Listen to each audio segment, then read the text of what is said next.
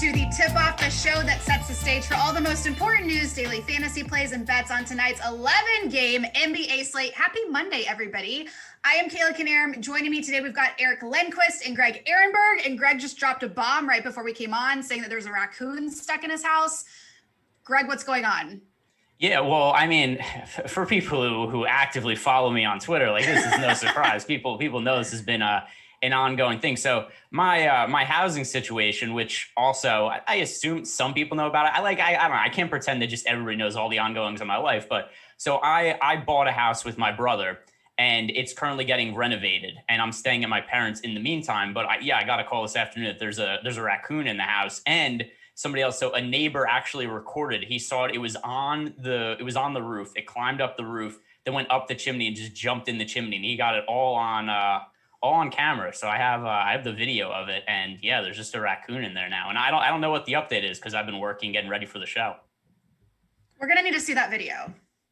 Yeah, I posted pictures online, except it's one of those things where, you know how like phones don't integrate with each other well because it's like a scam by the phone companies. They're like, oh, we want everybody who has an iPhone to have another iPhone, so We're not going to make them compatible. So the video I got sent to me is in some like weird format where I tried to post it on Twitter for my phone. It just doesn't work. Where it's like, no, you have to have the same kind of phone as this other person. So I have the phone. I just posted some of the pictures. I screenshotted something and put it online.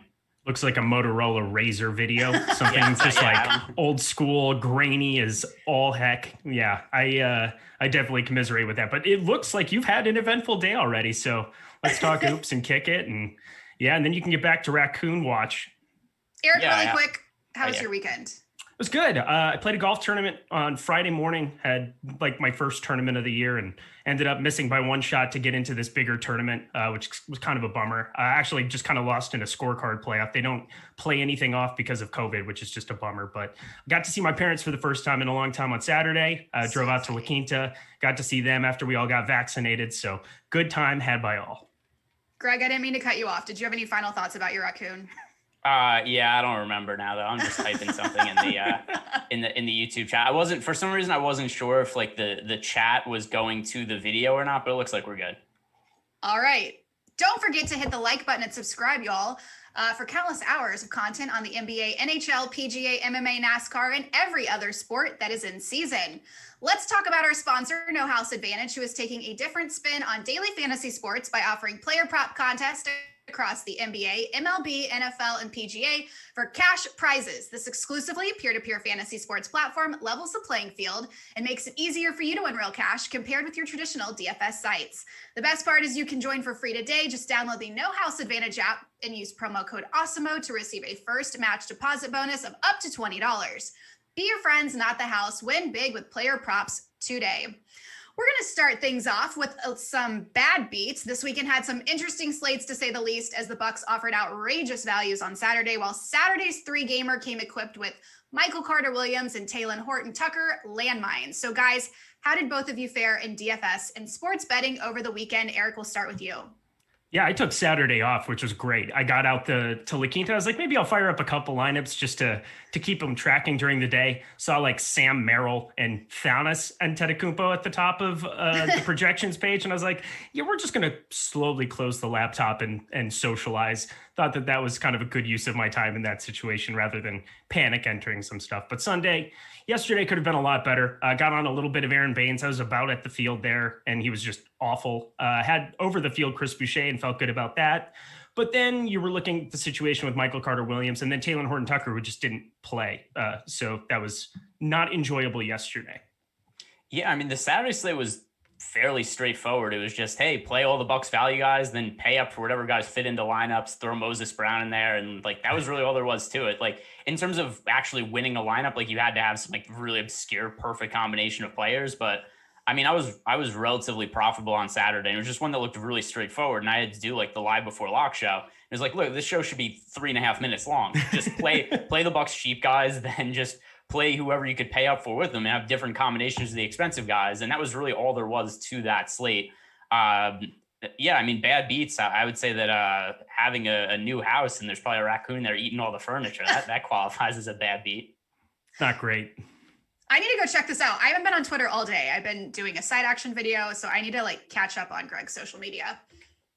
Yeah, if I can figure out a way to do it, I'll send you the video of the raccoon scaling the side of my house and then jumping through the chimney. Amazing. Spider-Man. Let's head over to our key news. Jaylen Brown was ruled out right away this morning, which will set the stage for Jason Tatum per usual, but also newly acquired Magic shooting guard Evan Fournier, who will be making his Boston debut. Greg, what's your interest level in him and the rest of these Celtics tonight? Yeah, it's really hard because I was just kind of hoping earlier in the day, like, hey, Evan Fournier is going to play. Like, I assume that everybody else is going to be active also. I just thought the Celtics were an easy team to fade because I thought that there was just going to be no need to have interest in them. And then we could just see how everything shook out with Evan Fournier getting integrated into the mix. But now that Jaylen Brown's out, I don't really think we have that option. So I'm starting to look at Evan Fournier, at least as a FanDuel play at 6,200. I think that he's a viable option. And then on the higher end, Jason Tatum, I don't think he's going to get his full usage that he normally gets when Jaylen Brown's off the court. But I think somewhere probably in between his normal usage and his usage without Jaylen Brown on the court is probably where we're going to see Jason Tatum. That and his price is a little bit cheaper than we normally see. It's a favorable matchup against the Pelicans. So a team earlier in the day that I didn't think I was going to have any interest in really in the Celtics other than a moderate amount of interest in Robert Williams. Now I'm getting some exposure to Evan Fournier. Jason Tatum looks like a pretty solid play. And yeah, I think it's hard to avoid them now with the Jaylen Brown news. Yep, right there with you. I find Evan Fournier to be a guy. I like taking chances on some of these guys, getting over top of the field on them in new situations. We don't know how it's going to shake out in a lot of ways. And with Jaylen Brown coming off the floor now, you're looking at a clear path for Evan Fournier to have he's de facto the number 2 guy there now. Like that's basically what he's walking into for his first game.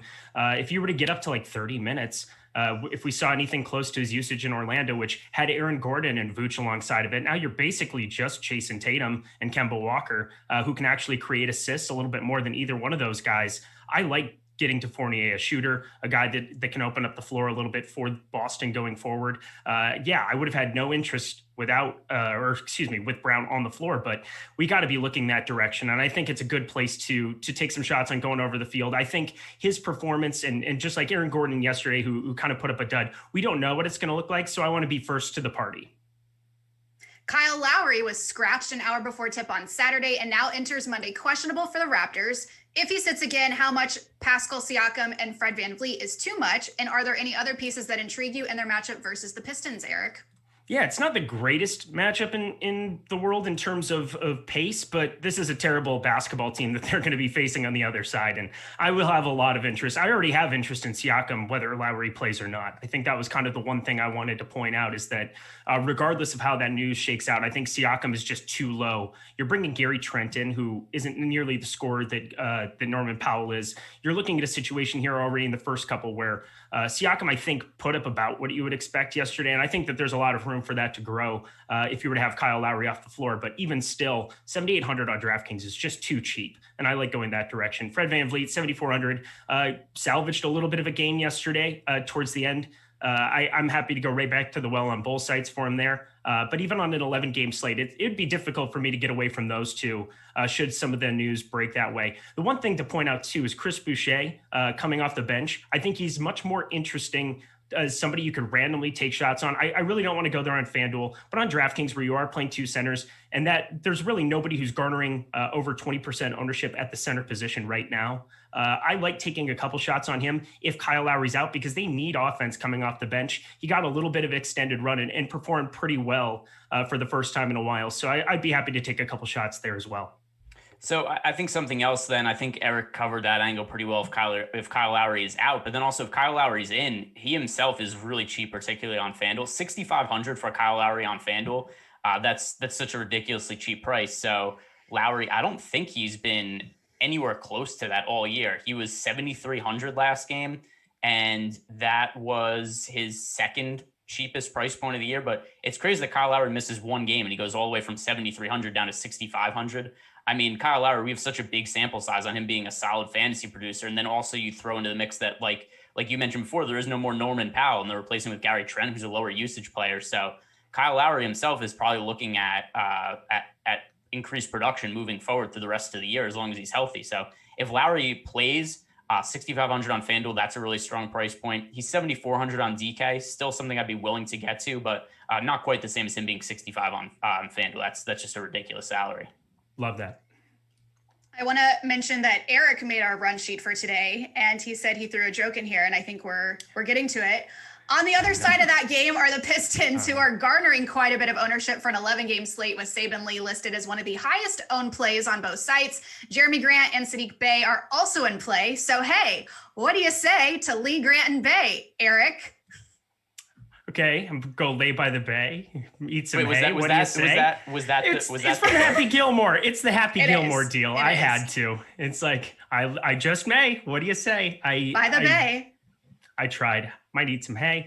I butchered it. It's okay. It was fun for me. I think I butchered it. I don't think. No, you crushed it. No, Sadiq Bey is basically just a FanDuel exclusive play. Miles Plumlee's the guy who's garnering a little bit of ownership over on DK. So that's kind of the one thing that has changed in the last ownership update that I wanted to point out. But I think Sadiq Bey was always going to be pretty specific to FanDuel today. But those top two, Saben Lee is a guy that I'm going to be underweight to the field, I think, by quite a bit at the moment. I think that there are a lot of paths for him to fail in this spot, and I'm not as confident on an 11-game slate that he's a piece of chalk that I really want to be going to.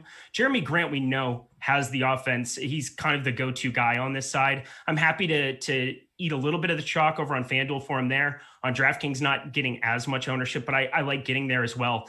Yeah, I don't know what you think about the Saben Lee play, but I kind of wanted to get Greg's opinion because it seems like every time I've been overweight or underweight on some of these cheaper guys, I end up getting burned as of late. And so I'm hoping you're there with me today.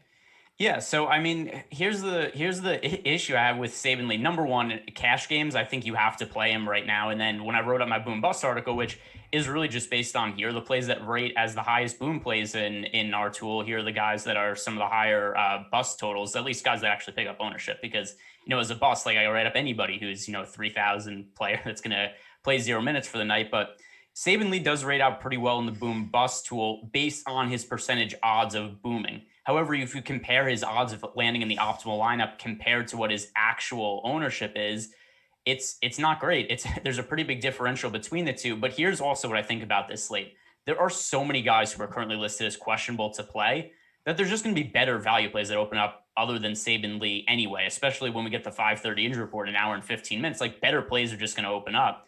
As it stands right now, here's the issue I have with Saben Lee. I don't know how many minutes he plays and if it's going to give him a really substantial upside. So, I mean, we could be hopeful that he's going to play more minutes, but he started last game. He played 24 and a half minutes. He's likely going to start again. Dennis Smith Jr. is out. Rodney McGruder is doubtful to play. But also Hamidou Diallo is out last game, and Diallo is going to play some extra minutes. So I think that in cash games right now, I would roster Saben Lee just because the ownership is so high. If somebody's going to be, 3,700 on FanDuel, 3,800 on DraftKings, and is going to be 50% owned, it's hard to fade them in a cash game scenario. In GPPs, he's not somebody who would be out of my player pool, but definitely somebody I'd be, at least as everything currently stands, much lower on than what the field is on him. Yeah, we're gonna see Corey Joseph get a little bit of run there in that situation. Got all the way up to 29 minutes the first time out there. Like, I think there's a lot of paths for him to kind of get his minutes limited. And it's, why do you want to go that direction with a guy who's basically getting locked in for 24 minutes where you don't really see an upside to go above that? So I'm glad you're on board with me there. Obviously the boom bust tool is a big part of pointing that out for me earlier in the day, but the more you look into it, that's just going to be a spot where I'm going to be firmly against. I need to go back. Oh, sorry. Go, Greg. I was going to say somebody in the chat was saying leave free square. And just to clarify, for cash games, if somebody's going to be that popular, and there is still reason to think, like, even if he plays 24 minutes on a points per dollar basis, he's probably going to be a decent play. So in cash games, definitely play him. And I would view him as anybody who's like 50% plus owned, I think almost gets viewed as a free square in cash games, not even because of what their likely production is, but just based on them being like a decent value and having that much ownership. Like, I think you just want to block out the field by not opening yourself up to the risk of Saben Lee having an upside game. But I don't agree that he's somebody you just lock in for tournaments, unless there's a reason you think that he's, way more likely to play the 24 minutes than he played last game, or else you're looking at, like, is Saben Lee really an elite points per dollar fantasy producer? Because he only played 24 minutes last game. So to me, the answer to that is no. So sorry, Kayla, you could talk now. Your turn. It was nothing important. I just want to go back and watch your face. And then I saw that you said you were waiting for the joke and didn't know what happened. You've seen Happy Gilmore, yes or no? I have, except that doesn't make it a joke. That's just a movie line. That's like just repeating something that you heard somewhere else. That doesn't make it a joke. Like joke is like I didn't write this. No, I agree. Look, Kayla totally removing herself from responsibility from the line that was on the paper in front of her. But still, like a joke is a specific format, right? It's a setup punchline. It's not, hey, here's something I heard the other day that isn't a joke. That's just a movie line. I forgot we had a professional comedian on the show. I forgot. Okay. Yeah, I was gonna say it just got eviscerated on camera. It's fine. It's okay. I can take this now. I've never been made fun of before on this show though, so this is, this is a nice first for me. It's good to get humbled. I like this. We love you, Eric. You're building thick skin. It's good. The Cleveland Cavaliers are massive 16-point underdogs this evening, but are garnering a ton of ownership in the forms of Broderick Thomas and Colin Sexton. Greg, is there any way around exposure to these two on tonight's slate with Jarrett Allen out? Yeah, so I view Broderick Thomas very similarly to how I view Saban Lee. Like if you're just looking at a points per dollar basis, Broderick Thomas looks okay, but he's going over 50% owned on DraftKings right now, at least the last time I looked at ownership. And that's a crazy ownership for a guy, Broderick Thomas, who anybody in the chat who says they heard of Broderick Thomas before a week ago, they're lying. Like none of you know who Broderick Thomas is. And that's just a fact. But then also I think we have to consider that Isaiah Hartenstein is expected to make his Cavs debut today. He didn't play last game. That could potentially take minutes away from Broderick Thomas. Then we also have Taurean Prince. He's questionable to play, and he has missed a whole bunch of games recently. So even if Broderick Thomas starts, I don't know that we could expect all that much from him. Also, it's a brutally tough matchup against Utah. And then Broderick Thomas last game, he played 31 minutes and scored 18 fantasy points. For the entire season, he's played, he's played 11 games. He's played 10 minutes per game. He's scoring 8 fantasy points per game in that time. Like, I don't have any expectations for Broderick Thomas's points per minute fantasy producer. He's also going up against Utah. I don't know. Like he's just going way over-owned. Once again, in cash games, play him. You could have him in your tournament player pool for sure, but I wouldn't roster him over 50% of lineups. Like that's just crazy to me. So we got an ownership update right after we started the show here at 105 out here on the West Coast, 405 your time. Broderick Thomas has actually come down to 15.9%. I think that's just completely assuming that Isaiah Hartenstein is now ready to rock, which I saw he's going to be making his debut. I like taking shots on Hartenstein. 3,200 over a fantasy point per minute guy whenever he gets on the floor. I believe Rinpack pointed out yesterday, and I like listening to Rinpack and defaulting to him a lot at the time.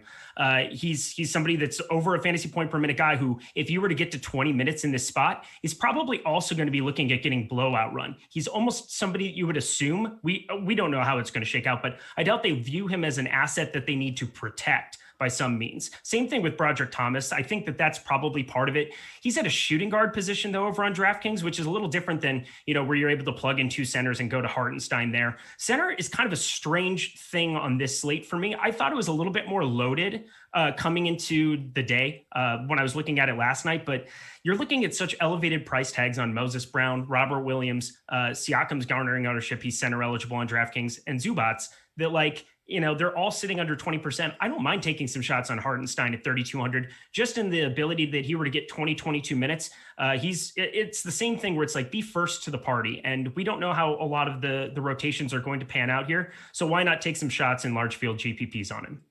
By the way, I feel a little bit different about Broderick Thomas at 15% ownership than over 50% ownership. He's fine to get some exposure to. Like over 50% was like crazy when I was looking at that earlier, but I didn't realize that we just got new ownership run. It's funny how just minuscule news like that. Like who would think that Isaiah Hartenstein would matter that much? But just Isaiah Hartenstein being ruled active changes Broderick Thomas's projected ownership from over 50% to 15. It's pretty incredible, actually, But that's also part of the game that we play. Like now he's down to 1% on FanDuel. Like this is an ownership game. It's obviously being very sensitive to pricing changes, but somebody who's down at the min is going to be valuable in a vacuum, just about every single slate. And so trying to identify whether or not you want to be over or under on certain guys like that, him at 15% is definitely a different conversation than 50%. And then on FanDuel, like right now sitting at 1% at shooting guard there. Obviously shooting guard is a position I think a lot of people are going to want to pay up for. I'm going to want to be paying up for. Fred VanVleet, if you get Kyle Lowry out, is going to be close to probably my highest owned player on the entire slate. But yeah, 3,500 is still 3,500 on FanDuel. Is being first to the party a thing? I didn't think you wanted to be first to a party. You don't want to be first to the party in well, it depends. So guys and girls, and also this might be a Midwest thing. I like being early. I'm never first. Oh, I'm not. So I want to be invited, but I never want to show up. I don't know if that's like related to the same thing. Like, because I want to be wanted, but then I don't want to be there. Like if I didn't get in, and I don't even know if this actually falls into the same conversation, it's just an overall thought process thing. Like, I want to be invited, so I want to know that people want me around, but I don't want to show up. Like, I don't want to deal with anybody. But like, if I wasn't asked to be there, it would bother me. But once I'm asked, I don't want anything to do with it anyway. This makes a lot of sense. Yeah, I completely see that with you. Not even gonna lie. And not only that, you want to not show up, but then you also want to be texting people while they're there, and you want to be like instigating things amongst them and their little crew. No, I just don't want to be there. Like, I just want to be invited. I just want to know people are interested in me. I want to get the attention, but then I don't want to show up, and I want people to be like, oh, why didn't Greg show up? It's like, yeah, I didn't want to be there. Wow. I'm invited. I'm just never early or on time. I see that in you too, Kayla. Not gonna lie. All right, Moses Brown has been an unbelievable streak as of late, and now Al Horford has been ruled out for the rest of the season. Eric, are you eating the chalk with Brown with Awesemo, who Awesemo currently projects to be the highest owned center on both sites? Yes, and I'm going to be over the field, I'm pretty sure, because this streak of games that he is on is pretty remarkable. Al Horford being out is fantastic. He's been shooting extremely efficiently. I'll let that be known too. I'll also let it be known that Isaiah Roby, I would want him to be out, but I really don't care either way, because I think the path to 30 minutes still exists for him pretty much every time he touches the floor. They just gave him a contract. They just said, dude, you're great. We like you. Please stay. And they locked him in, and I think got a pretty good deal on locking him in. 21-year-old center out of UCLA. The guy's just good, putting up crazy rebound numbers as of late. 23, 12, 17, 14 in his last four. Really enjoy the way that he's been playing. Kind of an easy plug. 6,500 is still too cheap for his situation. I think it's a guy that just feels comfortable. Like, he hasn't really failed us yet, so just keep going back. Yeah, so I was just looking at the latest updated ownership for Moses Brown, and even though he is the most popular center, it's not like he's some, like crazy chalk play. He's still projected for ownership in the teens. FanDuel, we're looking at 17% ownership. DraftKings, we're looking at 19% projected ownership. So it's not even like we're looking at some number where we're looking at, like the Broderick Thomas number. It doesn't even exist anymore. Before, when I was talking about him potentially being 50% owned, we're looking at relatively modest ownership on Moses Brown. And given what we've seen from him so far as a starter, like, it's pretty hard to not go there, in my opinion. Like, I think that's something that's pretty relevant comparison point that a lot of people are going to be making is Moses Brown versus Robert Williams. They're projected for about the same ownership. They're also in the same price point. I far prefer Moses Brown as a starter this year. 29.5 minutes per game, averaging 38 DraftKings points. That's really strong production. And then it also looks like as long as he stays out of foul trouble, the minutes are going to be on the rise. The other thing to consider also, he's only played in a few games. So I think there's probably a pretty steep curve for him to potentially improve pretty quickly. I mean, we saw last game, he almost had 20 and 20 at halftime. So Moses Brown is definitely somebody that I'm going to want to roster a pretty good amount going forward until his price is appropriate. Let it also be known, Moses Brown, his usage has actually been pretty respectable too, and it's been trending up. And now you're getting Shai Gilgeous-Alexander off the floor for an extended amount of time. 19.1% usage on the season. Robert Williams, 15.2. And some people might be like, well, Jaylen Brown's out. Well, they're inserting Evan Fournier, so let's just call that kind of a wash in this situation too for extra offensive expectation. So I like still sticking with Moses Brown as well. There's still a ton of injury news left to break with the likes of Bradley Beal, Julius Randle, Lonzo Ball, Christian Wood, and Steph Curry all questionable to play this evening. Greg, is there one particular spot that intrigues you the most? Should they be ruled out when the next wave of injury reports come in?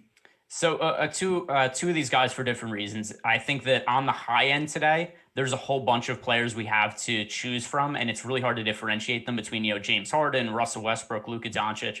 But if Bradley Beal is ruled out, I think we could pretty comfortably, at least I could pretty comfortably say that I think Russell Westbrook would be the pay-up option to go to. If Christian Wood is out, we have Kelly Olynyk is 4,400 on DraftKings, 5,200 on FanDuel. To me, he would by far be the best value play on DK, given what we saw from him in the Rockets last game. So I think there's a value play and a high-end option that both stand out a lot depending on the injury news. Yeah, Kelly Olynyk is the guy that I wanted to point out, Christian Wood there. You're looking at a comparison between him and Taj Gibson, who would be the plug and play, who played 32 minutes, by the way. Tom Thibodeau's out of his mind. Taj Gibson versus him, I would definitely want to be siding more on the side of Kelly Olynyk in that situation. But yeah, Russell Westbrook becomes probably, I don't know. I feel like it would cut away at James Harden's ownership enough that I would still want to be over the field on James Harden and make him my priority. But it would be pretty easy to expect with 11 total games, 22 total teams, that we're going to have enough value to be able to play both of them pretty comfortably. And I would kind of be leaning on that path of going Westbrook, Harden, and loading up my lineups on FanDuel for sure. And by the way, one thing I just wanted to address before we move on, D Owens 89 did leave us a super chat. He asked, is Boucher viable on FanDuel or too cute? By the way, Eric, that is something you briefly talked about before with Chris Boucher, is him being a potential option, but more on DraftKings than FanDuel. And I agree with you. I think that if we're looking at Chris Boucher, one thing that's really hard with him, it is so hard to nail down his minutes. So in GPPs, I mean, I could see the path to upside for him as the slate stands right now.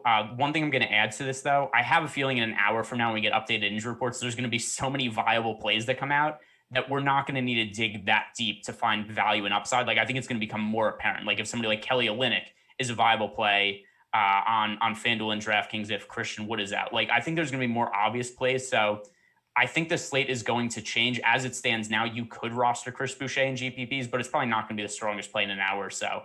What do you feel about Chris Boucher on FanDuel, just to reiterate some of the stuff you said before? Yeah, you nailed it on the head. And it might sound strange because Boucher's 4,900 over on FanDuel. Obviously, different minimum salary. You have the 3,500 there as opposed to 3K on DraftKings. So why it's kind of surprising that at 5,200 on DraftKings, I would have more interest there. But part of it is simply because you're able to roster two centers. You don't have to be perfect in the way that you kind of do over on FanDuel in some directions. Like when you're playing one center, you kind of have to be right. Like you would have to be, and also I'm assuming that I would be wrong about Chris Boucher's minutes. I right now have him for 21. I would need to definitely have more than 21 minutes. So that's why I would require Kyle Lowry to be out, because I think they need that spark off the bench. He has a path to more usage rather than having to play alongside another guy who would be a high usage player at given points in time. But yeah, 4,900, you could definitely take some shots if Lowry's out, but it's not somebody on FanDuel really that I'm still that interested in getting to. 1.22 fantasy point per minute guy. That's the main intrigue that you have of going to Boucher over on DraftKings and being able to plug and play two guys there. But again, it's a thinner play as it is on this slate already. And I recognize that. I'm just kind of a Boucher mark. I get intrigued by his high fantasy point per minute rates. But yeah, FanDuel, where you're only playing one, really tough to pull the trigger on it no matter what. All right, that's going to do it for our key news. Great stuff from you both. Guys, don't forget MLB opening day is April 1st, and gals. And we have a deal for you. Get your first 9 days of Awesemo Plus MLB for only $9 when you use promo code STARTING9. That's starting with the number 9.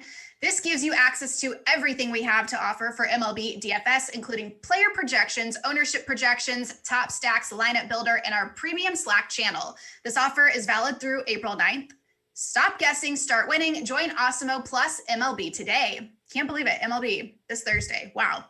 All right, heading over to our one-on-one in these battles between stars. Which player would you rather have in NBA DFS or prop bets tonight? First up, we've got Kyrie Irving, who's returning from his week-long respite this evening, while De'Aaron Fox has been a man on a mission of late. Spit it out, Kayla.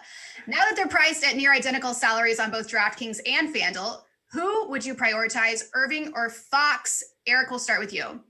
I cannot believe that I'm going to take the De'Aaron Fox side of this, but the guy has been absolutely out of his mind of late. Also, I was trying to dig into why he's just kind of seen this resurgence. So he's basically attempting the same amount of shots he has the last 2 years. This is his effective field goal percentage the last 4 seasons. 44.1% his rookie year, 49.7% in 18-19, 51.3% last season, 53.5% this season. So 53.5% effective field goal percentage. He's just kind of on the rise as a shooter. He's just gotten better. Like he's just gotten more efficient. And now you're seeing those minutes get up to 38 a game in his last 4. That's just kind of an intriguing number. I don't know necessarily if Kyrie Irving's going to be able to just come right back, get inserted and play 35, 36 minutes. So for relatively the same price on both sites, I'm going the De'Aaron Fox route.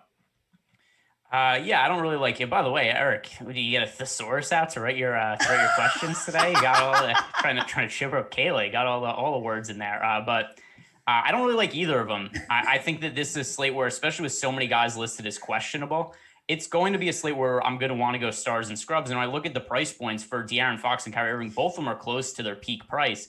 I mean, for like $1,000 more, we could just get up to James Harden, Luka Doncic, Russell Westbrook. So to me, it's going to be really hard for me to prioritize getting to the that type of tier of player like De'Aaron Fox and Kyrie Irving, especially like there isn't that big of a price gap between Kyrie Irving and James Harden relative to what we normally see. And I'd much rather roster James Harden. So that kind of like high 9K range, I think that I'm going to be going elsewhere. We have a number of plays in the $10,000 range we'll be trying to jam into our lineups tonight. Among them are James Harden facing off versus the Nets and Giannis in the late night hammer against the Clippers. Greg, who are you siding with more in your lineups, the Beard or the Greek Freak? Yeah, and I think this is also a good tie-in from Andrew Kang, who left us a super chat. He said, what's up, guys? And Kayla, for a pay-up, do you prefer Harden or Luka? Do you like/hate Giannis matchup tonight? There's a middle ground, too. We don't have to like or hate everything. Or do you not think the matchup matters? It's funny, just talking about the matchup for Giannis, I generally tend to think of him as pretty matchup-proof. I understand the Clippers are, a pretty difficult matchup, but there's only so many players in the league that could actually physically match up against Giannis, and it's like Semi Ojeleye. It's like a bunch of weird players that actually have the physical traits to be able to guard Giannis. So I don't really care who he's going up against. I generally think any matchup he's going to be able to do relatively well in. But to what Andrew's question is here, I prefer Harden to Luka right now, and then Giannis is actually third to them, even though I don't really care about the matchup all that much. I mean, we're talking about three of the overall best fantasy producers in the league, and just James Harden, the matchup against the Timberwolves. The game is a 239.5 total, so that's about 10 points higher than any other game on the slate as it currently stands. So James Harden, I'm going to really prioritize the pace of play that games expect to be played at, even with Kyrie Irving back in the mix. I mean, Harden's played really well even with Kyrie going back to before Kyrie took time away from the team. So it's going to definitely be a little bit of a step back in usage for him. But even so, I think Harden, as of right now, he is my number one guy to pay up for on the slate. So Eric, do you feel any differently than that? No, I agree. James Harden is the priority for me, especially over on DraftKings, where, you kind of have Russell $100 more, Luka $100 less, kind of like sandwiched in that spot. On FanDuel, small shooting guard, depending on how this Kyle Lowry news shakes out, that'll be pretty condensed as well. But I'm assuming I'll still be over top of the field there. Tell me if I'm wrong about this, but I feel like most 11-game slates, I end up over top of the field on studs all the time, like compared to what the field is, because there are so many more value pieces to be picking from. And a couple of them are going to pop out of it. It doesn't always mean that you can identify them, but 22 teams, you have so many pieces that are going to be under 4K that are going to be viable, depending on how some of this news shakes out. I'm assuming we're going to get at least 1, 2, or 3 of like Bradley Beal, Steph Curry, Julius Randle. We're going to get some of these pieces that end up out. And I would expect that number to rise on the top end for some of these pieces. And so like Giannis becomes a priority play for me just because I'll have the salary to be able to get up to him. And this 15% that we're looking at for basically him and James Harden right now on DraftKings, I would be shocked if I didn't get well over 30 on both of them on this kind of a slate. I'm not sure if you kind of take that same path or that same approach on larger slates, but I just think it's too easy to do. Yeah, so it's always going to depend on what value becomes available, and especially at this point of the season. And I think it's a real issue with how the NBA constructed their schedule, where it's a 62-game schedule. They tried to 72-game schedule. They tried to fit into a really tight time frame. And there's so many back-to-backs. There's so much travel. We're seeing so many guys get ruled out of games, which probably was already a trend we're seeing a ton in the NBA over the last couple of years. And now we've added more injuries to the mix because of the back-to-backs and the travel, that I think we're going to see basically every slate for the next 7 weeks until the season ends. Like what's happened the last couple of days, that's just going to be the normal now. So to your point right there, like, yes, that is how I'm going to prioritize building my lineups, because I think that's just what's going to happen every slate, is that if you build lineups in the mid-range, there's going to be such an opportunity cost in terms of just, sacrificing all the value that opens up. But now, then we also have to hope that it's not a slate like the other day where, last Wednesday, Luka goes out and scores 20 fantasy points. Giannis scores 30. And but that was such an outlier of a slate. But I think when people think of stars and scrubs, and I think people like to think of the worst case outcome, I think people will remember that slate for a really long time. But in general, you just want to play some of those cheap guys that when they're in really good positions and they're close to min price, they're going to come through more often than not. And then it just makes sense to go up to the expensive guys. So yeah, it's going to be a lot of stars and scrub slates for me over the next 7 weeks. In our last one-on-one matchup, Keldon Johnson and Josh Richardson are two struggling small forwards priced identically on FanDuel and $100 apart on DraftKings. Both are currently guarding double-digit ownership. So if you had to pick one for tonight, Johnson or Richardson, Eric, which is it going to be?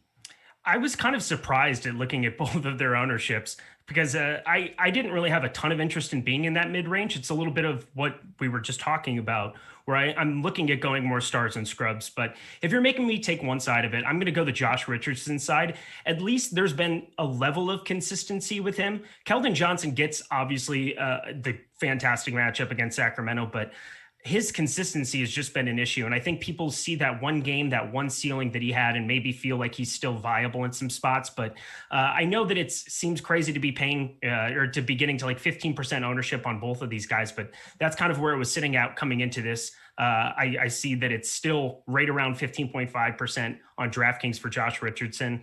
I think I would be comfortable having a couple shares of him there. We've seen a little bit of some shooting upside, minutes well into the 30s. It's consistent there. I kind of like that side of it. Yeah, I'm going to lean towards Keldon Johnson with the caveat that I'm not really rostering either of these guys, I don't think, tonight. But yeah, me either.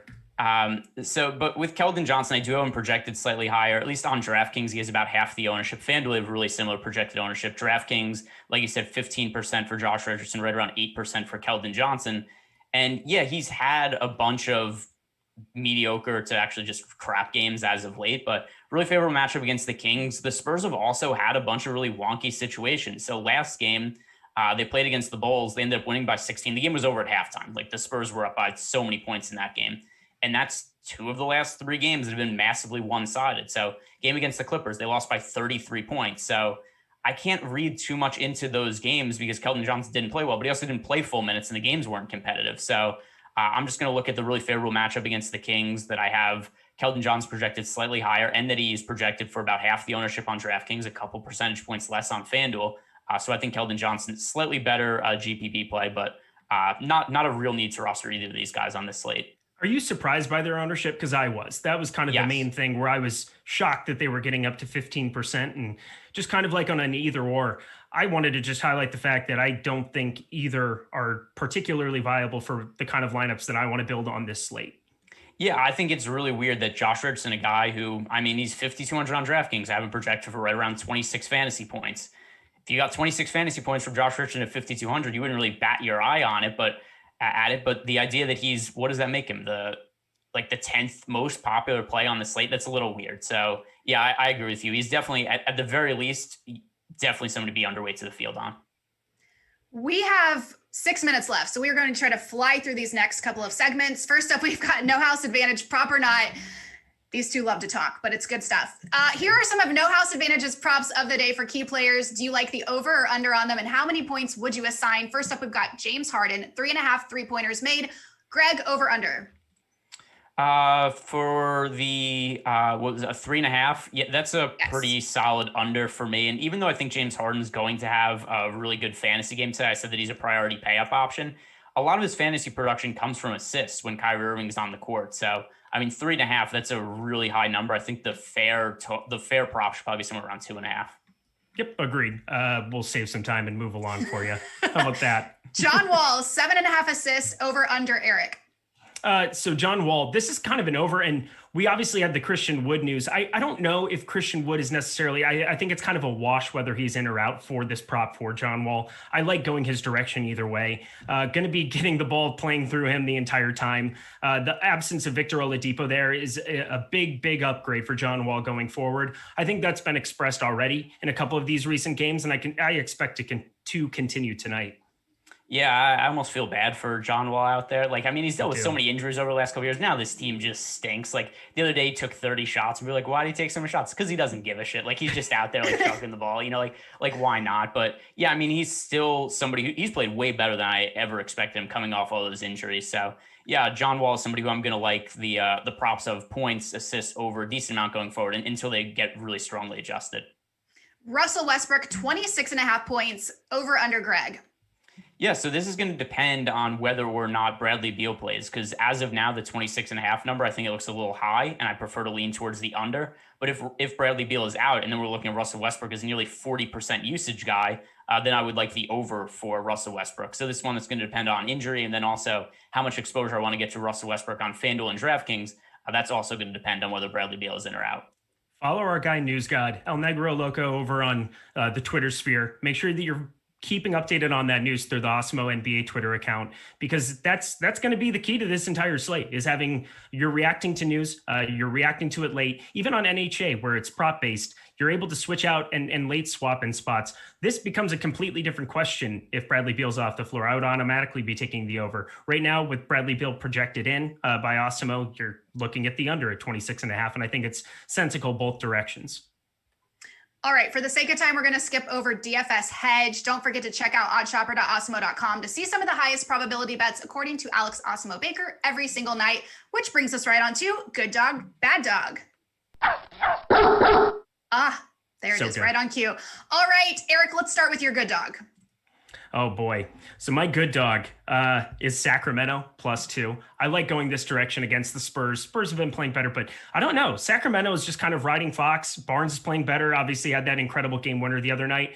2 points. We've seen that line come down a little bit from 2.5 down that direction, which would seem bad. But I still think that there's some value to be had with Sacramento tonight. Yeah, so I'm going to say, Washington playing at home is 5-point underdogs. If Bradley Beal ends up playing, I think the number in 5 is too wide. So that's a number that I kind of view as a hedge number, where the book isn't sure, is Bradley Beal going to be in, is Beal going to be out. If Beal ends up not playing, I assume that Indiana ends up closing as like a 7-point favorite or something like that. But if Beal ends up in, then that line probably ends up being like 2.5 by the time the slate starts, especially with Washington playing at home. So if Beal's in, then Wizards, I think, are a good home underdog. And Greg, your good dog or bad dog would be? Chicago Bulls, Steph Curry said that he's going to play tonight. He said he's ready to go. He still lists as questionable on the injury report, but under the assumption that Steph Curry's word is true, I think the Warriors should be favored by more than 1 point at home. So the Bulls, I think they should be getting more points. Jordan, we got to change our parlay. We got to change it. We have an 11 gamer going over here. The man behind the glass and I were just kind of like shooting it before the start of the day. Had an 11 gamer that we fired up just for the heck of it. Just put $5 and have something to cheer for tonight. Well, cheer for 20 minutes, because then we'll probably be losing one of those first early games. But we were kind of trying to figure out what to do on that front end. I guess we're probably locked in with Chicago now. So hopefully Chicago still does it for us. But I think the bad dog for me is Cleveland. I know 16 is a gigantic number, but I have just been riding Utah against the spread. They're winning at like nearly a 65% clip against the spread this season. Actually, I think a little bit better than that looking at it. I love going to Utah. I know 16 is a gigantic number in the NBA, but there's nobody on Cleveland that's going to have any resistance. Utah keeps just blowing people out of the water. I hope it continues tonight. All right, make or break. Which player or game currently looks like a make or break spot to you on tonight's slate, Eric? Saban Lee. Yeah, I'm going to be way underneath Saban Lee on that current number that we have for ownership. We'll see what other news pops out, because 46% that we have currently on DraftKings, I think that's going to come down as we get closer to lock. That's just kind of my hunch. As news starts coming out and there's other value that spreads it around, maybe people are just flocking to it because it's kind of a number that looks intriguing at 3,800 on DraftKings or something. But yeah, hopefully he does not burn me tonight. The NBA injury reports will make or break me tonight, as they seem to do most nights. So, yeah, that's going to be key, is following Awesemo at Awesemo_NBA. Also follow our god, News God, El Negro Loco, because this is a big news slate. And Greg, really fast, your fade of the day. Saban Lee, as of right now, with the ownership is. Same as Eric. Okay. There you have it, folks. Thank you for tuning in. Thanks to Greg and Eric. Thank you all for watching. Don't forget to hit the like button and subscribe. We'll be back tomorrow. I'm Kayla Knierim. The Deeper Dive and Live Before Lock are up next, so stay tuned.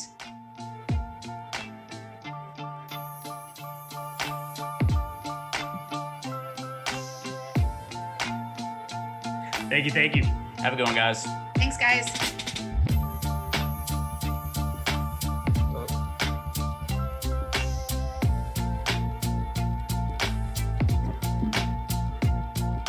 You. What's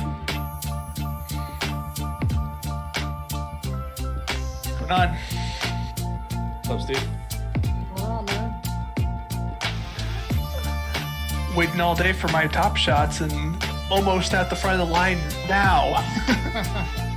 I only have 117,000 in front of me.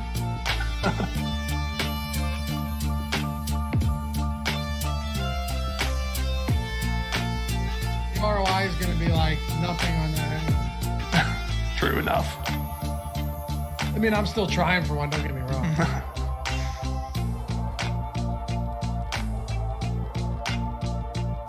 Oh, hold on, Jordan.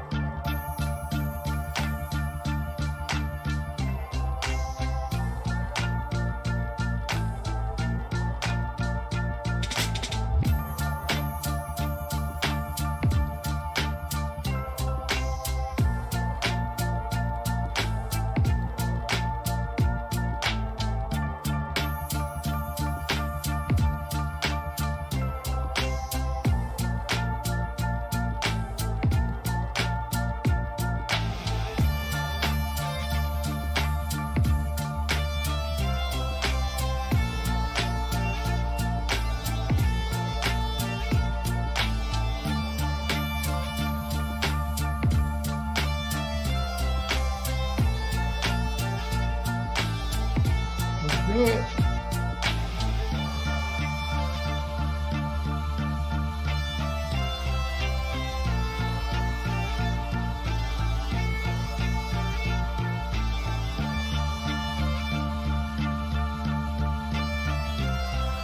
What is going on, everybody? Welcome to the Awesemo.com NBA Deeper Dive. I'm Dave Loughran on the Twitters at Laffy_D.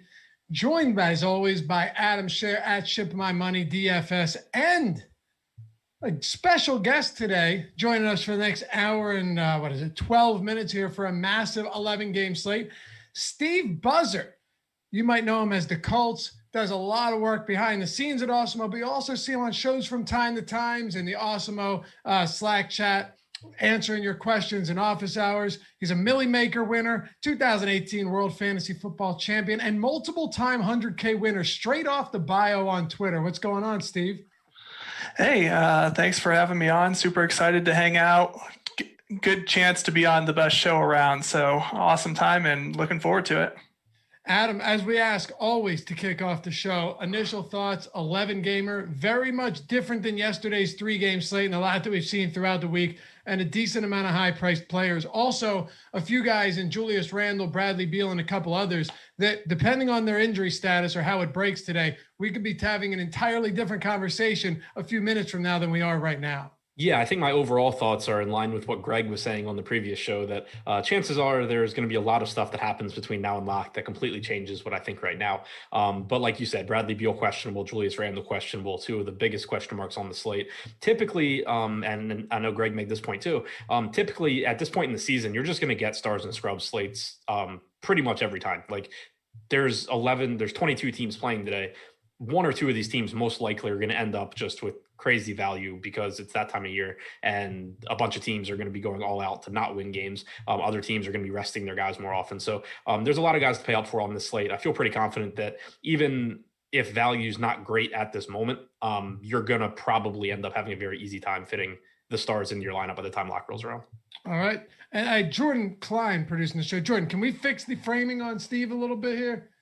His head's like down at chest level right now. So get that taken care of and get this underway. While we do that, happy to have everybody with us. Welcome as always, and hit that like button, hammer it, trip on the way over to it. I don't care. As long as you get there and you hit it and you get us up to that 500 number sooner than later. Yesterday, phenomenal job. Less viewers on a Sunday, but the enthusiasm stayed the same. We love you guys, but more than anything, we love the support. It helps us out a ton here. So hit that thumbs up before we get started. But more importantly, subscribe to the channel. Only like 50% of people that watch these shows, maybe like 52% now, are actually subscribed to the Awesemo YouTube channel.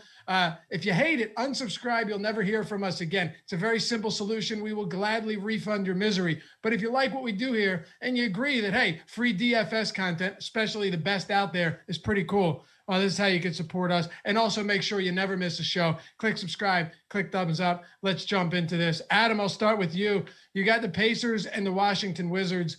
I mentioned right at the top that the Bradley Beal news is pretty big here, but we'll kick it off with Indiana. The only news here, really, Doug McDermott, questionable. Pacers laying 5 points on the road, 233 total. So one of the highest on the slate. What are our thoughts on the Pacers to kick off today's show? It's a great spot against Washington, but it's also a team that I think my overall interest in them is kind of going to change depending on how much value on this slate opens up. The one spot in particular that I'm looking at is Domantas Sabonis, who's only 8,800 on FanDuel, 96 on DraftKings. I really like him. I really like the spot against Washington. He plays huge minutes. He's produced still over 1.3 DraftKings points per minute since Karis LeVert joined the team. The problem is just that, like, as the slate stands at this moment, I don't think that paying up in that spot is going to be like the best way to approach lineups. I think that there are enough cheap power forward options that give you some upside that's where I would go. But as soon as more value opens up, Sabonis, I think, is going to be one of the first guys that I start to get to at the power forward position. So really like him there. I think in tournaments, you can certainly look to guys like Brogdon, LeVert, Turner, Miles Turner in particular at a center position that's kind of weird tonight. Like, there's a lot of upside, but not a lot of glaring value at the position. So Turner may be somebody you could look to in tournaments as well. But Sabonis, the first guy here from Indiana that I would like to be getting into lineups if I can. Yeah, so taking a peek at ownership here over at Awesemo.com, Steve, and not a whole lot of ownership. Justin Holiday, as it stands, and our last update on ownership was about an hour ago, pulling the most ownership on DraftKings, around 13%. So really nothing insane there at all. On FanDuel, ownership going to the Pacers is pretty similar outside of, well, Domantas Sabonis getting a little love, 23%, and Holiday still in there just below 20%. Where do you see yourself coming in on these guys relative to the field?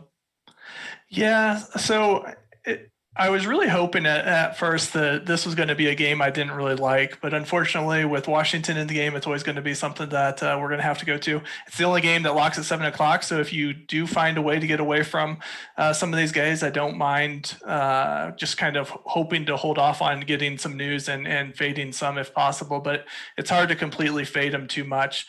We will get a lot of news at 7:30 and 8:00 though, so it might be worthwhile. I don't think that Holiday is going to be one of my favorite plays. His ownership is just a little bit too high. He's inconsistent on his minutes, although it's okay right now. But I think the guy that I'm probably most interested in is Miles Turner. Just his ownership is so low at this point, and I think that you can take a good shot on him. His minutes are pretty stable. He's not the most likely guy to blow up the slate, but he is a consistent performer, and at 5,900 on DraftKings, I think that's a pretty good price. Okay. So on the opposite side of this one, Adam, Bradley Beal news is pretty significant. So there's optimism that he could play, but he was removed from last game after only 21 minutes with that bruised hip. If he ends up not playing, then you're looking at someone in Russell Westbrook, who with Bradley Beal off the floor this season, only 437 minutes, but still enough, has a 38 almost percent usage rate, an assist rate of 53.2%, 14.5% rebound rate, and 1.53 fantasy points per minute. So what do we do with Russell Westbrook? And I know the obvious answer oftentimes is play him, but he is pretty expensive. What do we do with Westbrook if Bradley Beal happens to sit in this one? Yeah, the answer is you put him in your lineup. We'd seen, a bunch of games recently where James Harden was playing without Kyrie Irving, and it kind of was that situation where it's like Harden just produces at such a ridiculous rate whenever the secondary offensive piece of his team is out. And you've seen that for years. It's the same thing with Westbrook. I mean, this is the guy that originally basically broke DFS pricing years ago with the Thunder when Durant was out. And, he's not at that level anymore. He's gotten older, but still, like you said, almost a 40% usage rate without Beal. He's averaged about 1.7 DraftKings points per minute in the couple of games he's played without Beal this year. He's really good in general from a fantasy standpoint. He's averaged a triple double since the All-Star break. To me, he very clearly becomes the top pay up option if Bradley Beal sits. What about you, Steve? So I think the same. I think that definitely Westbrook is kind of like a must play. Bringing back the memories to Westbrook without Durant, that was like a huge time back in the day. So I love those. I think that if Beal does end up playing, though, he's probably a pretty good play, especially on FanDuel at 8,800.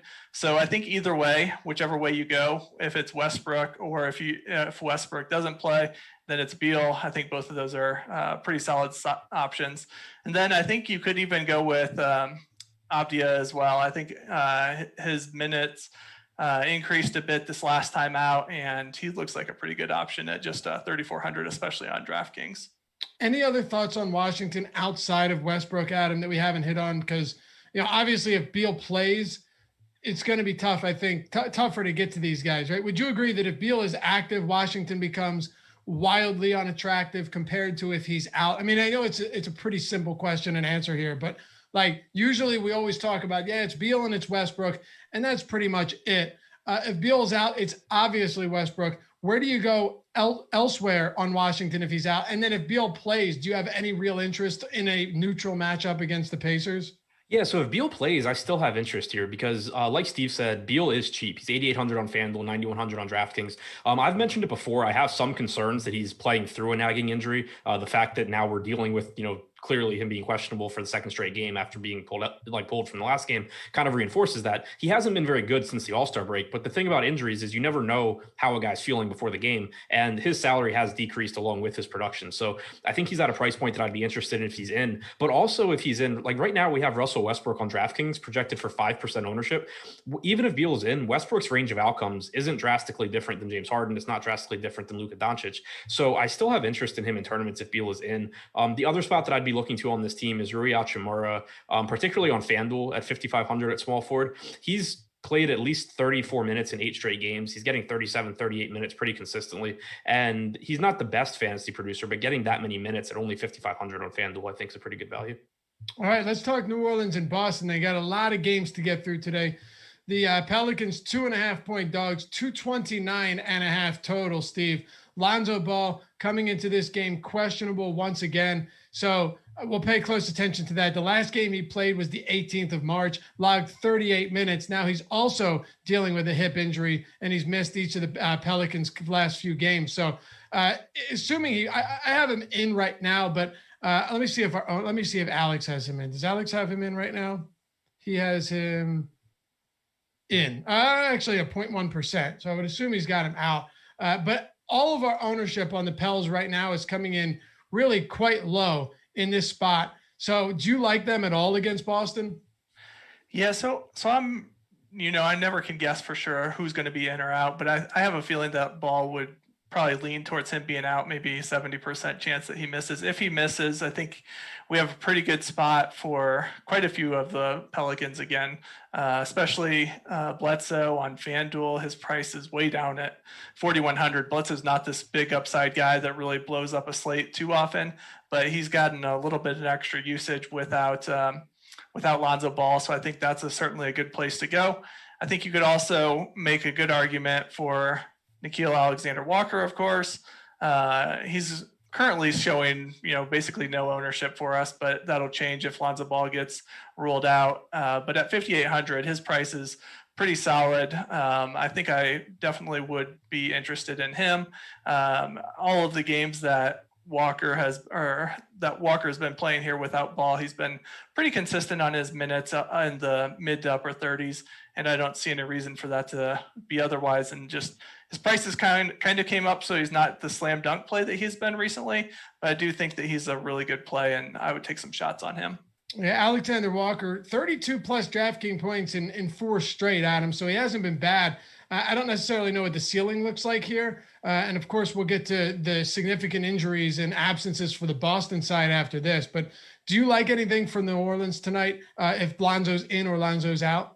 If Lonzo's out, you can definitely look to Alexander Walker and Bledsoe. Like Steve said, Bledsoe's had plenty of struggles this year, but we do also have a pretty long track record of Bledsoe being a pretty good fantasy producer, and he should get 32, 33 minutes at a cheap salary if Lonzo's out. Those minutes are more secure as well. And then Alexander Walker, he's just a good scorer, and he gets 30 plus minutes when Lonzo's out. He's a little bit more scoring dependent than I would like for someone whose salary is increasing and has a relatively tough matchup against Boston. But, I still think that he's involved enough and plays enough minutes that if Lonzo's out, Alexander Walker looks pretty good. Never going to talk anyone off of Zion in tournaments, especially because he has, pretty clearly taken a step forward, getting more assists, higher usage rate over the last month and a half. I think he's really taken a step forward as a player in his second year. But he's also expensive enough. Like I still, when you look at paying up at that power forward position, it's still hard for me to trust Zion over someone like Domantas Sabonis against Washington if I'm paying up there.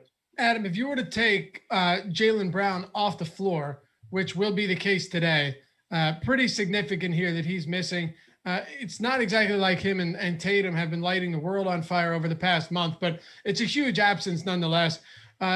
Tatum's a 1.35 fantasy point per minute guy without him this season. Only 216 minutes for Kemba, but 1.1 DraftKings points per minute. From a usage standpoint, 35.3% for Tatum. For Kemba Walker, 31.7. So with them presumably running the show here with Jaylen Brown off the floor and going up against this Pels team, how much interest do you have in the Celtics tonight? Some, but not as much as I would if Evan Fournier weren't playing. Fournier being available, I think it's not quite a wash with Jaylen Brown. Like, I think Brown's a higher usage guy than Fournier, but it's close enough to where in the games that Tatum's played with Kemba and with Brown this year, he's averaged 1.17 fantasy points per minute. Without Brown, it's 1.3. I would expect that over a large sample of basically replacing Brown with Fournier, you'd come in somewhere in the middle there. And I think it makes Tatum just look like a good option, not necessarily a priority for me, but someone that I definitely won't be upset if I get to. It is a good matchup against the Pels. We know he's a very good NBA player. He's going to get tons of opportunities here. It's just the price point is maybe a little bit higher than I would like, but he's definitely one of these guys where if a lot of value opens up between now and lock, I'd be looking to get there because I think he does have a high ceiling at his salary. Steve, you've got that scenario playing out. And then you have Daniel Tice in Chicago now, and Tristan Thompson still ruled out for the Boston Celtics, which is one of the reasons that Robert Williams appears to be getting a little bit of love today, even though his price point has come all the way up to $6,700. He has been a great per minute guy. It'll be interesting to see what his per minute production looks like. And if he kind of loses efficiency when he plays more minutes, which is something, we've seen happen quite often in NBA DFS. There's a lot of moving parts with Boston. Adam already mentioned one of them with Evan Fournier joining the rotation and Daniel Tice being out, Daniel Tice being gone, Tristan Thompson being out, and then of course Jaylen Brown being out. How do you tackle this whole Boston team tonight? Yeah, I think Robert Williams is actually a pretty interesting situation. So he's up about an extra 10 minutes or so per game since the move with Tyson. I'm pretty sure Thompson was out both of those two games as well. So I think that he makes a really good play, even with the price point increasing. He's not going to go out and score you a lot of points, but he's going to get you all those ancillary points. So he scores about 1.4-ish, I think, points per minute, which when you have the upside of the minutes that he's been getting, sure, it is a good chance that rate might come down a little bit. But if it does stay up, he's going to be able to put up one of the monster scores of the slate. So I like him still, even at 6,700, and then on FanDuel at 6,500. I think he's a really good price point. I agree with what Adam was saying in regards to Tatum, especially if more value opens up. I think he's a really good play. He's okay play for me right now, but once we get a few more value plays, I think you'll be able to afford him pretty well. And then on FanDuel, his price point at 8,500 is really good. So I think he makes a really good play. And then kind of the other guy that I'm looking at a little bit, more of a specific play on FanDuel itself is Marcus Smart. Mainly due to some of the position eligibilities, but I think that he is a good play. He's all the way priced down at 5,500, which is super cheap. He does have some risk with Fournier being on the team and how they end up using that rotation, but I think as of right now, I think that he'll make a pretty good play still. Adam, the front court for Boston. I know you mentioned you're not super intrigued by anything here with the Jaylen Brown absence. Is there anything that stands out to you in the front court, or are some of these prices just a little bit prohibitive to where better spots to get to on an 11 gamer? I do agree on Robert Williams. I think that it's kind of interesting because I think he's a very volatile player. Like, on the one hand, he gives you a massive ceiling because he's so good at getting blocks, so good at getting defensive stats. On the other hand, he has a little bit lower floor, I think, than a lot of similar players because, for one, he's played about 26 and a half minutes in his two starts. There's no real reason, at least right now, to expect him to be getting more than like 27, 28 minutes. And he's not a high usage guy. So we know that defensive stats can be pretty volatile from game to game. In games where he's not getting a bunch of blocks, he's probably not going to make up for it with scoring. So if this slate were a little bit smaller and you were getting a ton of ownership ownership going to Robert Williams, I'd be kind of interested in coming in under the field. But as it is, because it's an 11-game slate, even though we have him projected right now as the 4th highest owned guy on DraftKings, it's still only about 16% ownership. So you're still not getting that much raw ownership going to him. And I do think he has a massive ceiling here. He's averaged about 1.3 to 1.4 fantasy points per minute this year. The Pelicans are overall a good matchup. Steven Adams can make life a little bit difficult, but overall a good matchup. And I think that there's just enough plays on this slate that Williams ownership would be low enough that I'm very interested there. All right. Anything else for Boston? Not for me. All right, Steve, anything else from this one? Nope, I don't think so. All right, we'll kick it off with you then. Minnesota and the Brooklyn Nets, highest total of the slate, 239.5. Minnesota Timberwolves, 11-point dogs here. Should come as no surprise to anyone. And outside of D'Angelo Russell remaining sidelined, this team is finally beginning to get healthy. I don't think that's going to do a whole lot for them today or really in any other spots. Just virtually no aggregate ownership across the board for them, whether you're looking on DraftKings or on FanDuel. A little bit more here, like a tad bit more, but on such a big slate, it does appear that Minnesota is mostly an afterthought. Do you agree with that? Or do you think there's some sneaky spots here against the Brooklyn Nets? Yeah, I pretty much agree with that. I think the one thing that you do have as a little bit of upside is it is an 11-point underdog. If the game goes their way, it's certainly because someone really tore it up. So I think you could have a little bit of upside from that standpoint. And if you wanted to stack a player with, like, say, James Harden, I think that certainly makes a lot of sense. But I'm not going out of my way. I don't have much of anybody. You could play a little bit of Jaden McDaniels. He's super cheap, and his minutes are quite volatile. The whole team's minutes are volatile, actually. So, I think you could go that route and be okay. But I'm definitely not getting too excited about these guys. Adam, I'm assuming you have a similar opinion here, right? Except for Towns. I like Towns here. Okay. It's not a bad matchup against Brooklyn, and Towns obviously someone that can do enough stuff that he's not really matchup dependent anyway. He's obviously Minnesota's best chance at staying in this game. D'Angelo Russell still out, opens up a bunch of usage still. Beasley coming back, I don't think has too much of an impact on Towns, and he's playing 34, 35 minutes in competitive games, averaging about 1.4 fantasy points per minute this year. Also, he's kind of been tough to get to on a lot of slates, but on this slate, you don't have Jokic, you don't have Embiid, you have a lot of mid-range upside at center, but there's not like one glaring center value that really stands out. So the opportunity cost, I think, is a little bit lower too. If this becomes a slate where it is pretty easy to pay up in 2 spots, I think Towns starts to look pretty good here. All right, Adam, what about the flip side of this game where Kevin Durant is expected to be out at least another week again? We continue to get reports, another week. Well, now we've got yet another week. And this game, not just Minnesota, but this game in general is one that's not getting much attention despite the very, very high total. And incredibly, like if you look outside of James, I shouldn't say incredibly, it's actually what we've seen most of the year. If you look outside of James Harden, who's pulling decent ownership on both sites, no one on Brooklyn is owned. So are you on board with that? And do you think that James Harden tonight is one of your highest owned, high-priced guys on this slate? Yeah, I think that Harden is obviously the guy that stands out.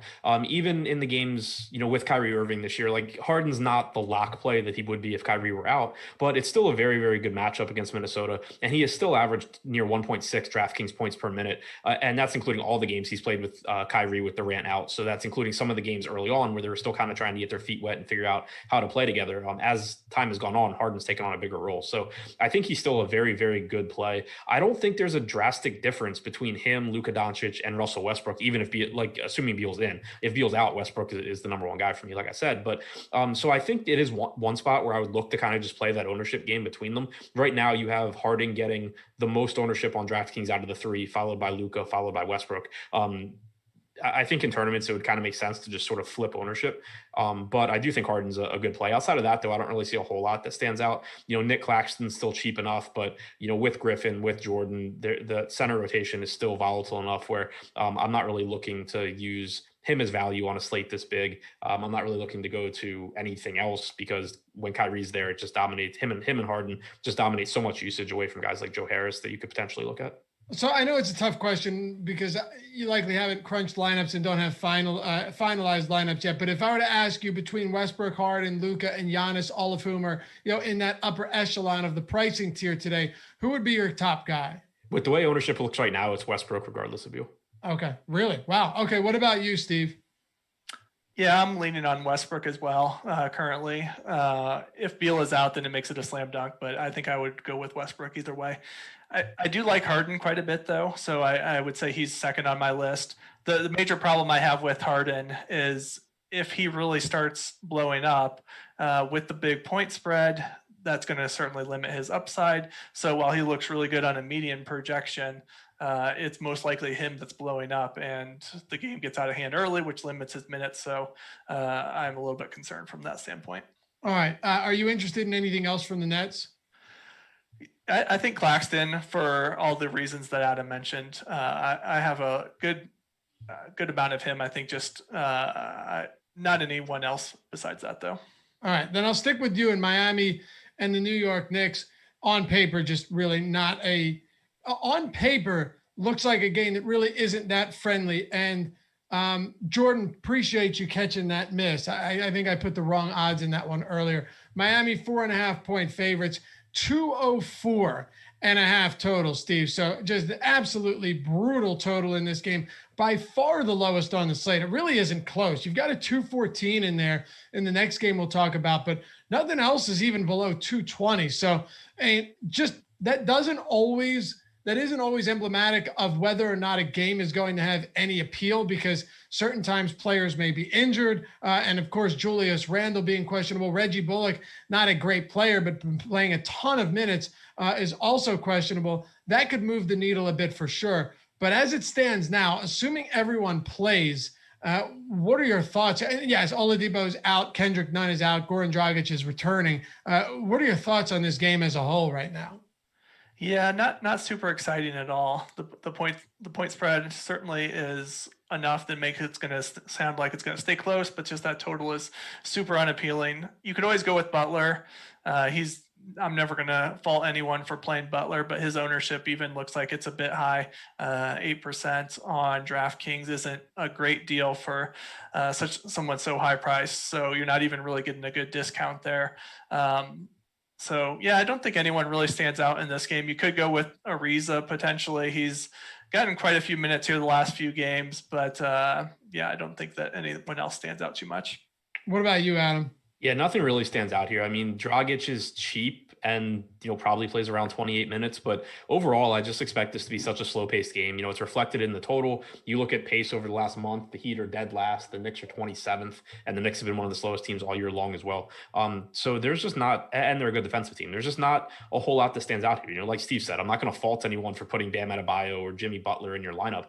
But as far as talking about priorities on this slate, I think it's really, really tough to say that they're the best plays at their positions. Okay. Yeah. And like you said, if you're using the last month as a reference, even the season as a whole, these are just two teams that play very slow and neither of them particularly bad defensively. The Knicks, even the last month, top 6, they're still hanging in there. Miami Heat are top 8 in defense. So 2 good defenses, 2 slow paced teams. God, Miami playing 94.6 possessions per 4. That is an insane number over the last month. They'd have been slow like 5 years ago. Yeah, they're the slowest over the last month. I think you just mentioned it, but the Knicks also one of this. Like, it is such an underwhelming game. But Adam, if you were to take Julius Randle, who is top 3 in minutes played over the last month, just playing a ton of minutes, right? An insane amount of run that he's getting. And then even Reggie Bullock, who's questionable himself with that ankle, played 31, 47, 41, 42 in regulation, 36, 29, 42, 37 over his last 6 games. Is there going to be enough voided minutes to where you're like, all right, it's not a good game. Good defense is slow pace, but these two guys are soaking up so much run that we have to look somewhere if they're ruled out or one of them is ruled out. Possibly. The problem is that Tibbs is Tibbs, and the bulk of those minutes, if Randall's out, are going to go to Taj Gibson, who, granted, Gibson has been okay on from a fantasy standpoint without Randall on the floor this year. And with Mitchell Robinson having a broken foot, there's just going to be a lot of minutes available for Gibson anyway. The problem, though, is just that, like, he's kind of expensive, but by his standards, he's 4,200 on DraftKings, and he's not that productive. So it'll be tough there. Like if I thought Obi Toppin was going to get a ton of minutes, I'd be really interested because he actually produces at a relatively high level when he's on the floor, but we've just seen no inclination from Tibbs all year long that that's something he's going to do. Like I expect you're going to get a lot of Nerlens Noel, a lot of Taj Gibson, and then Obi Toppin and Kevin Knox probably like splitting some time if Randall misses. If Randall plays, you're just getting Gibson and Noel at center most likely. So I think that it opens up a lot of minutes, but where I actually become more interested in is in the guys that benefit from not the minutes necessarily, but just from the increased production. And one guy that really stands out there is RJ Barrett, who does enough. Like he scores, he gets assists, he rebounds. And when you take Randall's rates off the floor, a lot of that just goes to RJ Barrett. He played 38 minutes in that game against the Bucks last time out. This season, he's been extremely productive without Randall on the floor as well. I don't like the salary. I don't like the matchup, especially if Randall's in. But if Randall's out, I do think that you could look to Barrett as a pretty high upside small forward option. Steve, what about you? The potential absence or just the dynamic change with Randall and Bullock being here in or out, is that enough to have you pull the trigger on one of these guys, just given how much minutes they've played and the insane usage and playmaking ability of Julius Randle? Yeah. I think Julius Randle is one of the guys that can definitely change the slate. I don't think it's going to be as big of a slate changer as someone like Bradley Beal, but I do think that if he is out, RJ Barrett is my favorite play from the team. So definitely go with him. And I think you could also see additional, usage, especially at the assist rate for like Elfrid Payton, someone like that that's cheap. I don't know if we'll end up needing a guy like that, but I think you could certainly go with him. Derrick Rose played a fair amount of minutes his game back. Was it yesterday or 2 days ago? So I think he could certainly be another guy that you could potentially look at as well. But none of these guys are guys that are going to be like jumping off the page as I need to have this guy. But of course, anytime you lose a guy like Randall from the lineup, it's going to make a big difference. And even Bullock will make a fair difference in minutes as well. Yeah, I think the Rose point's really good because he did play 29 minutes and closed that game against Milwaukee. Anytime you're talking about like a $4,900 Rose, knowing he can get 28 to 30 minutes, he gives you a really high ceiling. Yeah, because Adam, you are talking about someone in Julius Randle that is a 28% usage guy, 16% rebounder, 27% assist rate, one of the league leaders in touches, rebound chances, top like 20, I think, in potential assists, despite being a big man. The absence is massive, but what you're saying is, how do we trust Thibodeau to make the right decision here and for us to predict how he makes the right decision? Yeah, it's just a spot where I'm less interested in where the minutes are going to go, more interested in where the production is going to go. Looking at the time Randall has not been on the floor this year, Gibson actually has averaged 0.83 DraftKings points per minute, which is fine. But what really stands out is that RJ Barrett has a 28.5% usage rate and a 21% assist percentage. Derrick Rose has a 28% usage rate and a 30% assist percentage. Elfrid Payton has a 25.5% usage rate and a 30% assist percentage. Those are the three guys that really stand out as far as their rates just look drastically different when you look at their time without Julius Randle. All right. You guys have anything else for this one? I think we can move on, right? Yeah, that's all I got. All right, let's do it. Toronto, Detroit. Before we do, baseball season right around the corner, April 1st. It always sneaks up on you. Don't let it sneak up on you this year. And here's how you can make sure you do not allow that to happen. We've got a fantastic promo for all of you baseball enthusiasts or just DFS enthusiasts. Maybe you got into DFS recently, playing football, playing basketball, could be PGA or another niche sport. Well, we've got a promo that's going to give you 9 days of Awesemo Plus MLB. That's everything included in our MLB package for only $9 using the promo code STARTING9, STARTING, number 9, all one word. Starting 9 gets you $9. 9 days of Awesemo Plus MLB for only $9. And if you're wondering what's included in that, like I said, everything. The ownership projections, you hear us discuss them all the time on the shows for every sport. Player projections, lineup builder, our premium Slack channel, and just so much more. I don't even have time to get into it. But the biggest tool, my favorite tool, when I first came over to Awesemo, I didn't even know it was here. And then I discovered it. I know Adam was the same way. And we've used it so often, referenced it in shows, use it for our own lineups all the time, every day in MLB, is the Top Stacks tool. It is the best tool out there. And Adam, I know you don't usually listen to my reads, but I even saw you nod your head there because you know how valuable the Top Stack tool is, particularly for baseball season. Yeah, I just hear Top Stacks and start nodding. I didn't hear anything else you said.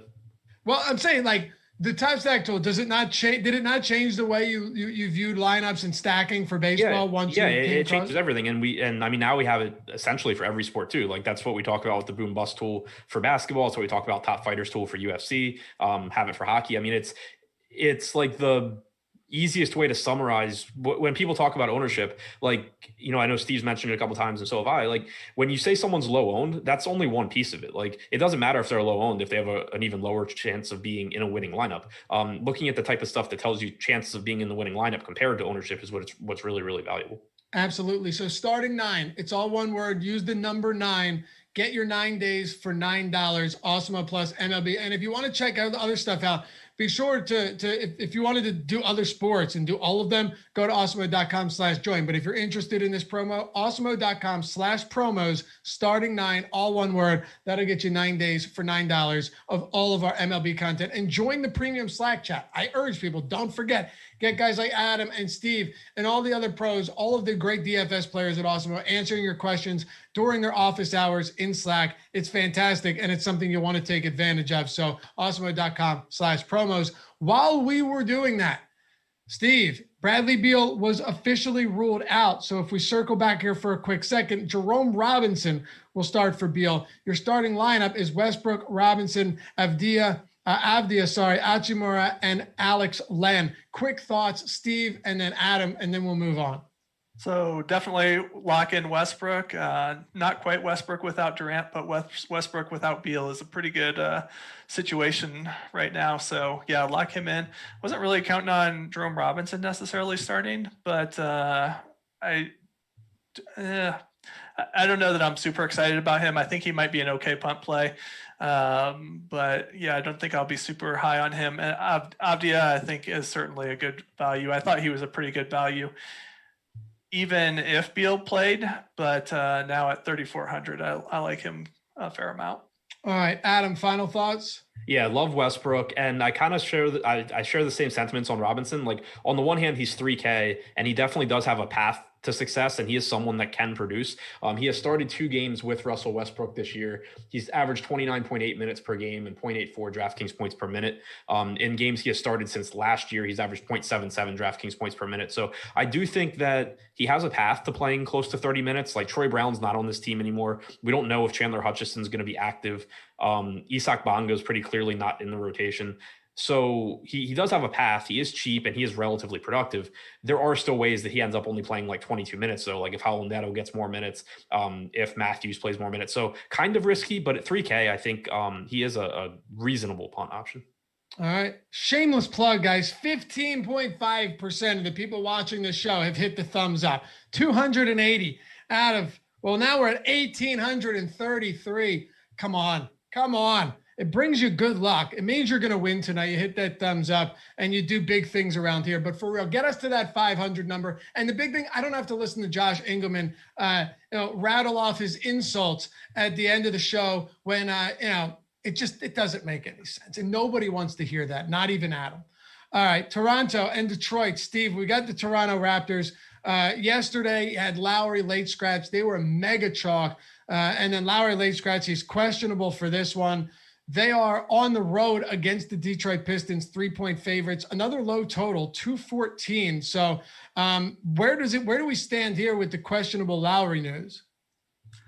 Yeah, so if Lowry plays, I think that he is an okay play. He's especially cheap on FanDuel. I don't know why he's priced all the way down at 6,500. So I think that's a really good spot to go for him. I think even on DraftKings, his salary is fair as well. If he is in, I'm not super huge on Van Vliet and Siakam. I think that they're both fine plays. But if he does miss, then I think that certainly anytime those guys miss, we've seen that they've been a major benefit all throughout the year. The one thing that is different a little bit now is typically when any of these guys all season long have missed, we've seen, including OG as well, we've seen Norman Powell just like come in and pick up major minutes from that. With Norman Powell no longer on the team, the rotation is a little bit less certain. We did see Rodney Hood and Gary Trent pick up quite a few minutes yesterday, as well as Chris Boucher. The thing with Trent and Hood is they're not nearly as productive as what you would get from Powell. So I think that's even more of a benefit for Van Vliet and Siakam than what they had previously throughout the year when Lowry had missed. So I think that they're going to be in a pretty good spot. This is an 8:00 game, so there is a chance that we know this news before lock, but more likely than not, we won't know it by lock. So definitely be prepared to pay attention to what the news is going to be. And if you can wait out that first game or leave some extra lineup spots available, I think it certainly makes sense to do it for this game. For Boucher in particular as well, I think he looks pretty good, especially if he gets a bit more minutes like he did this last game. The problem is we just never know what his minutes are going to be game from game. He has probably one of the wildest fluctuations of minutes as anyone in the league. So I do think that you might want to take some good shots with him, but definitely be wary that he can just surprise you and hardly play any minutes any given day. Adam, Gary Trent played almost 29 minutes, underwhelming minutes yesterday. Didn't close the game out. Of course, Kyle Lowry sat. How do you see this one shaking out tonight? I agree with everything he said. Lowry's salary really stands out on FanDuel if he's in. Van Vliet's underpriced on FanDuel as well, but $6,500 for Lowry is pretty crazy. If he's out, I agree that Powell being gone and being replaced by Gary Trent and Rodney Hood makes Siakam and Van Vliet look even a little bit better. Rodney Hood, is certainly a value option if you can get, if you expect another 26 minutes out of him, but on this slate, I don't think it'll really be necessary. Boucher, 4,900 on FanDuel, but obviously you can only roster one center. 5,200 on DraftKings, I think is a really good price. He only played 24 minutes yesterday, but you got about 14 minutes to Bain starting. You got some time at the 5 for Siakam, and you got about 24 minutes for Boucher. But if he gets 24 minutes here at that price tag, he's probably going to outperform it. And there's certainly the potential for him to get more minutes. Yesterday's matchup against a Nurkic and Kanter frontcourt, the fact that he got 24 minutes there is pretty.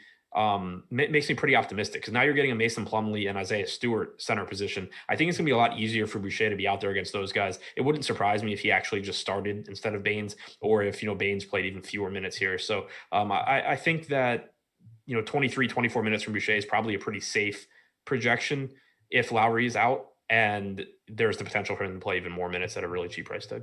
Okay, so flip that over to the Detroit side. Last I looked, and I actually want to update ownership because you'll get Alex Baker, Awesemo himself, created all of these tools and has won a lot of money using these tools, a lot of the ones we just referenced for MLB and also NBA. So last I looked, Saban Lee getting a whopping 30% projected ownership tonight. And that's pretty much it from the Detroit Pistons, Adam. Jeremy Grant's expected to play. He's pricing that mid 7K range. What are we doing with the value option and chalk Saban Lee on a big 11-game slate? I don't love it. I think Lee is one of the guys that'll start. His ownership will come down, and my interest in him will come down as more value opens up. Already with Beal being ruled out, you get Robinson at shooting guard instead of point guard. You have Westbrook as a point guard. I think Lee is fine. Like Dennis Smith Jr. is still out. Rodney McGruder is doubtful. Lee played about 25 minutes last game, and for the season, he's averaged between 0.85 and 0.9 DraftKings points per minute. The only real high usage guy in the Detroit lineup is Jeremy Grant, so it's not like Lee is just going to be out there doing nothing.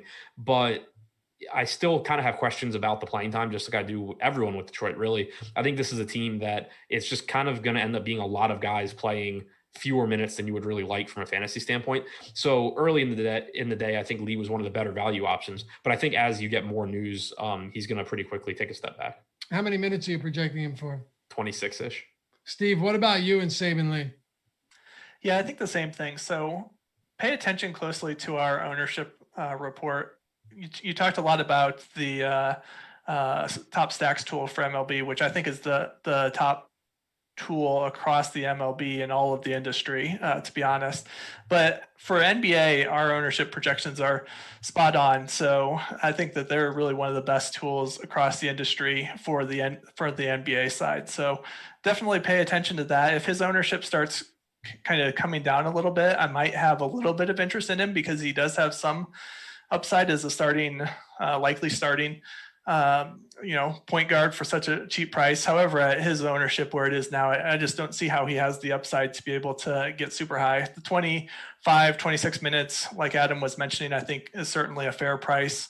Certainly a fair range for Saban Lee, but, is he going to go way above that? I don't think so. Is he going to be super productive? Not really so sure about that either. So I think he's going to be okay, but not someone that I'm definitely not going to get in the high ownership range. But if he does trickle down a little bit because there is more value opening up, okay, maybe I'll go that route, but not a super big fan. Are you a super big fan? And Adam, jump in afterwards if you have anything else from the Pistons tonight. I don't think so. Potentially some Jeremy Grant kind of falls in the same boat as Jimmy Butler, where I don't fault you for playing him, but it doesn't look like he's getting much of an ownership discount either. So I'm going to kind of stay pretty quiet on this game, I think. All right, Adam? Same thing. All right, so let's stick with you for a minute, Steve, and go to Memphis, going up against the Houston Rockets, who we'll get to that injury news in just a moment. But Memphis laying 8 points on the road, 226.5 point total. I guess really what you're seeing here is what we've seen mostly for the past month or so. Kyle Anderson, slow-mo, getting a little bit of love, and then John Morant, usually one of the higher-end options here. But on FanDuel, John Morant is easily the highest projected owned player on Memphis by a mile. So do you stand with ownership here? Do you think you're getting around, above, below the field on Memphis, specifically John Morant and Kyle Anderson? Yeah, I think I would say I'm kind of looking like I'm going to be below the field on both of those. Morant is pretty consistent with his minutes that he's getting, but I think as things kind of, clear up a little bit, maybe that ownership will come down a little bit and I'll be a little bit more interested. But with that price point, I don't think he's a priority. Kyle Anderson just doesn't have quite the upside on a slate that is 11 teams and this big. So I don't think I'll be super excited there either. What about you, Adam? Yeah, I mean, I'm fine with Morant's ownership. Like he's the only guy on the team over the last month averaging 30 plus minutes. He's at like 33. I agree he's not a priority. Like there's a lot of guys at point guard, especially now, obviously you have Westbrook in an even better spot, that I guess I would put ahead of Morant, but I understand why the ownership's where it is. I think he's a good play there. Kyle Anderson, I question the ownership a lot more just because I don't think it'll end up being that necessary to go to mid-range guys like Kyle Anderson. I think you're just going to get higher upside lineups by punting, like fully punting some positions and being able to pay up for someone better. Kyle Anderson was very, very productive early on in the season, but he's taken a step back and it's more in line with his career numbers. Over the last month, he's averaged 0.9 DraftKings points per minute, 26 minutes per game.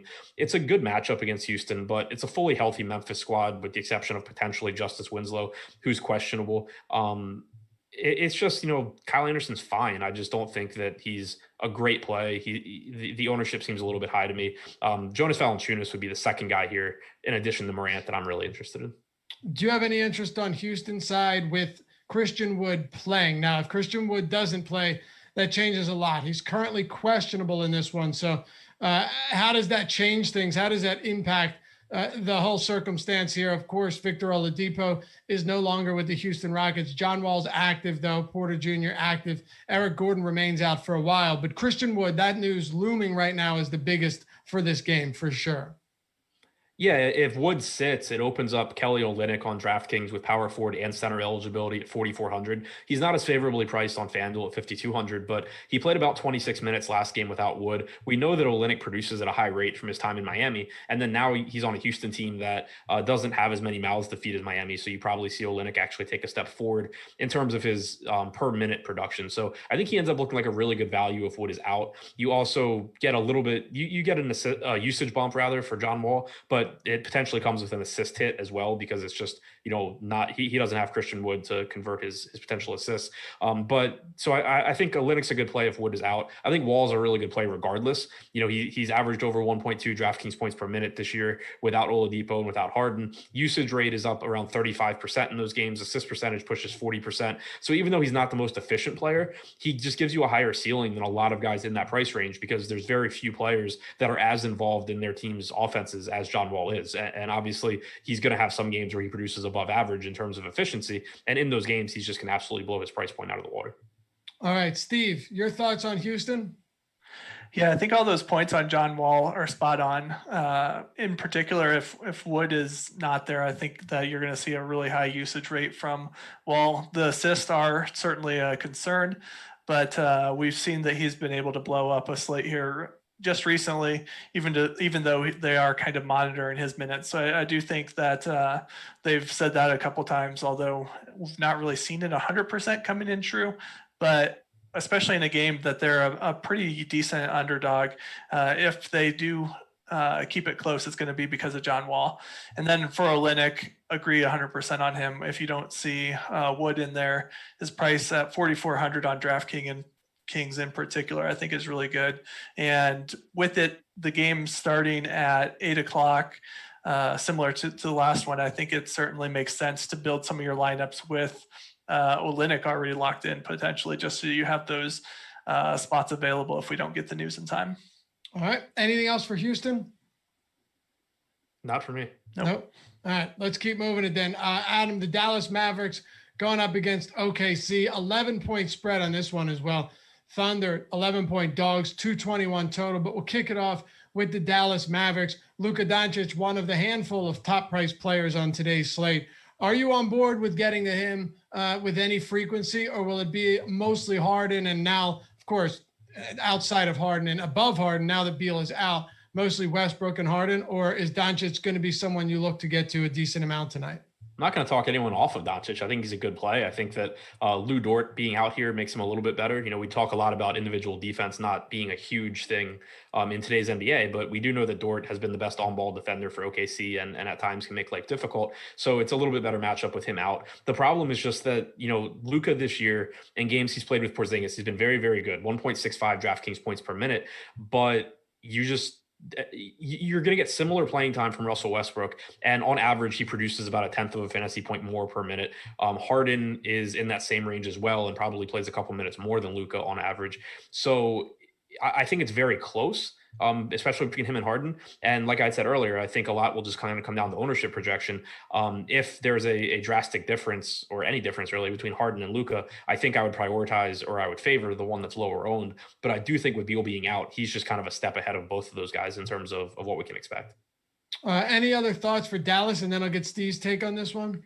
Not really. Kristaps Porzingis is at a price point where I think he has a high ceiling. 7,900 on FanDuel is a pretty good price tag, but still not a priority because even when you look at guys in that range at power forward, like I would rather go to Jason Tatum if I can. I'd rather find the money if possible to get the Domantas Sabonis. So wouldn't say he's a priority. I know Josh Richardson getting some ownership, Dorian Finney-Smith's at an okay price tag, but these are both guys that I think will pretty quickly fall out of lineups as more value opens up on this slate. Do you like Luka and the Mavs today, Steve? Yeah, so I think it's a little bit of a difference between FanDuel and DraftKings here. On FanDuel, it just feels like the Mavericks in general are a little bit better priced. I don't think that they're getting there in a ton of my lineups, but I do think that they're a little bit more so than on DraftKings, where it looks like I'm not really getting too much at all. In regards to Luka as compared to some of the other guys, I think Adam summed it up really well. But his ownership is, fairly close to where Harden is. I think overall they are very similar situation because I have Harden for a slightly better median projection, but I think the big concern for both of them is just their upside when they're a big favorite is a little bit dicey because they're likely, again, going to be the one that's carrying the load to get them to a big lead, which is going to potentially limit their minutes. So I do worry about that from an upside standpoint. I'll still continue to go with Westbrook as the top guy, and probably between all of them, I'd probably lean as Luka as my least favorite of the most expensive guys. On OKC, you've got no Gilgeous-Alexander for the foreseeable future, and we just got word a couple days ago that Al Horford would not be playing for the Thunder for the remainder of the season. Lou Dort also out. Darius Bazley remains sidelined. So this team, it's a train wreck at this point, and maybe hopefully it continues that way and they'll find themselves in a better position looking forward, loading up on picks. Moses Brown, though, is getting some love here, Steve. Do you like Moses Brown tonight against the Dallas Mavericks? The OKC season has been a really interesting one. It feels like all season they've been missing so many guys, yet they continue to be decent, right? They haven't really been terrible. So I think it's been a pretty interesting season. I do like Moses Brown again. Had a super disappointing day the other day where my final spreadsheet had something goof up with OKC on the day that Moses Brown just like absolutely blew up, which was pretty unfortunate not to have him in my lineups that I would have wanted him to be in. I'll definitely be checking to make sure that he's in the lineups today because I think his price tag is pretty good still. He's definitely been the center of attention. He's Horford. I can understand they don't really need him anyways. So I don't think that's a big loss for not having him on the team anymore. And Moses Brown is a step up. So I'll give Moses Brown, I think, even at his ownership, I think it's pretty fine. So yeah, definitely put him in. You also, Isaiah Roby has also been getting a little bit more run here just recently. Last 4 games, he's up quite a bit. So I think he's a really good option as well. Definitely not getting some of the ownership either. So I think that's good. He also makes a pretty good pivot away from Moses Brown. If Moses Brown doesn't do quite as well, there's more likely to be some direct benefits to Roby. So I think that certainly makes a good way to go as well. Adam, no Horford, no SGA, no Dort, no Baisley, just down a ton of players from where they were earlier in the season. Do you like Brown today? Can he get us where we need to go at his price point? And is there anyone else potentially sneaky from the Thunder that needs to be discussed? Yeah, so I mean, Brown obviously can get there. I mean, he's coming off a game where he just put up 21 points, 23 rebounds. I view him very, very similarly to Robert Williams, where I think he's very volatile because we just don't have a long track record of him. He also fouls at a pretty high rate, so you always, run the risk of foul trouble. One other thing in this particular matchup that concerns me a little bit is that both of the bigs in Dallas's front court shoot threes, so maybe you get Brown being pulled away from the basket a little bit and losing rebounds, but that's still kind of a marginal concern. I think that it's just, he has a wide range of outcomes, but that's also very appealing because he produces at a very high rate. And, if he's not in foul trouble, he's probably playing 30 minutes here at least. So I think he is a very good option. I also agree completely with what Steve said about Roby, not only as just, being a good play in his own right, because Horford not playing makes it so that Roby's minute projection goes up a little bit and his per minute production goes up because he's being used as the backup center behind Moses Brown. It also makes him a leverage play against Brown because if Brown were the most likely way that Moses Brown loses minutes tonight is that he gets in foul trouble. If he gets in foul trouble, Isaiah Roby's getting more minutes at center because he's been the backup center. Muscala out, Horford out. So if Brown plays fewer minutes than we're expecting, Isaiah Roby gets more minutes and he gets more productive minutes at like half to 1/3 the ownership of Moses Brown. I think that's one way where in lineups where you don't have Moses Brown, you can still kind of try and maximize on this Oklahoma City team by going to Isaiah Roby. All right. Let's keep it going then. We got 4 games to get to, just about 15 minutes before we wrap this one up, and be sure to stick around after the show. You've got the NBA Live Before Lock with Chris Spags and Josh Engleman taking you up till 7 p.m. And then you got to stick around for the NBA Late Slate Live Before Lock. 2 games tonight, 10 p.m. Eastern. The show is at 9 p.m. It's Chris Spags, Eric Lindquist. And whether you're tilting and things aren't going as planned or things are going great and you're looking to just, maximize those gains, have an even better night, or you just like to play all of these slates, and this is one of them, especially given how big some of the prize pools are across the industry, we're the only site doing it. The only site giving you late slate content, and with 2 of the best guys out there, they're going to help you get to where you need to go building your lineups tonight. Spags and Eric, 9 p.m. It's the NBA Late Slate Live Before Lock.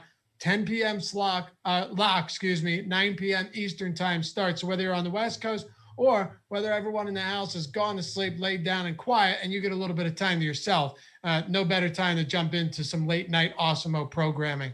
All right, Adam, Sacramento and the San Antonio Spurs. Kings, 2.5-point dogs, 229.5 total. Hassan Whiteside questionable. Suppose it's not big news, but there's really nothing else here, so I had to put something in there. What are your thoughts on the Kings tonight against the Spurs? I I think it's really, really difficult to get to this team because, like you said, they're basically fully healthy. I mean, obviously Bagley's out, but that's baked in the prices by now. And the Spurs have been in the last month bottom 10 in pace, top 10 in defensive rating, so not a particularly appealing matchup. I do think that the salary for Tyrese Halliburton on FanDuel in particular stands out at $5,500. He's averaged about 32 and a half minutes per game in his starts without Bagley, about 0.85 fantasy points per minute. So, reasonable production there and just a little bit underpriced. De'Aaron Fox is the guy that, I normally would really like to get to here, but he's just so expensive on DraftKings. It's really tough, even when you consider that he's playing 37 or 38 minutes. Harrison Barnes rebounds at a higher level without Marvin Bagley, but he's pretty expensive in this spot too. And I think just kind of tough to fit into lineups. Overall, the Kings can be a pretty appealing team because their starters play so many minutes, but I think it's just really, really tough to prioritize any of them on this particular slate at their prices. How about you, Steve? You have similar thoughts there? Yeah, I agree with that completely. One thing I did want to just throw in there on your takes there on the late night show is most of the sites across the industry, they don't give you any late night ownership projections. And we have that as a huge benefit that everyone could take advantage of. Last night, I just didn't have anything going on. I didn't even play any of the main slate, but just because of all the great tools that we have at Awesemo, I just kind of built up a couple of really quick lineups for the showdown slate and won that with a 3-way tie for first. So it's just a really nice, quick, easy way that the benefits that we have over some of these other sites is pretty significant. For sure. Sacramento Kings. Yeah, I don't have anything else to add for them. What about on the other side of this one with the Spurs? Does something stand out to you, Steve? I think the biggest one for the Spurs is DeJounte Murray is always in play against a team like Sacramento. I think that he certainly makes a lot of sense since he missed a few games back. He's pretty much back to normal and playing even more minutes than what he has been playing throughout the year. So I think that makes a lot of sense. Without Aldridge, I think he's been picking up a lot of the extra work here the last month or so that Aldridge has been out. So I think that he certainly makes a good guy to go to. And then similarly, Derek White, his minutes have been trending up as well. He's up an additional 4 minutes over the last couple of games versus where he's been throughout the rest of the season. So I think his price hasn't quite caught up to where he has been earlier. And I think that's another place I might go to. All right, Adam, San Antonio Spurs here. It is a decent total in this game. They're slight favorites, should be a competitive spot. Do you like the Spurs?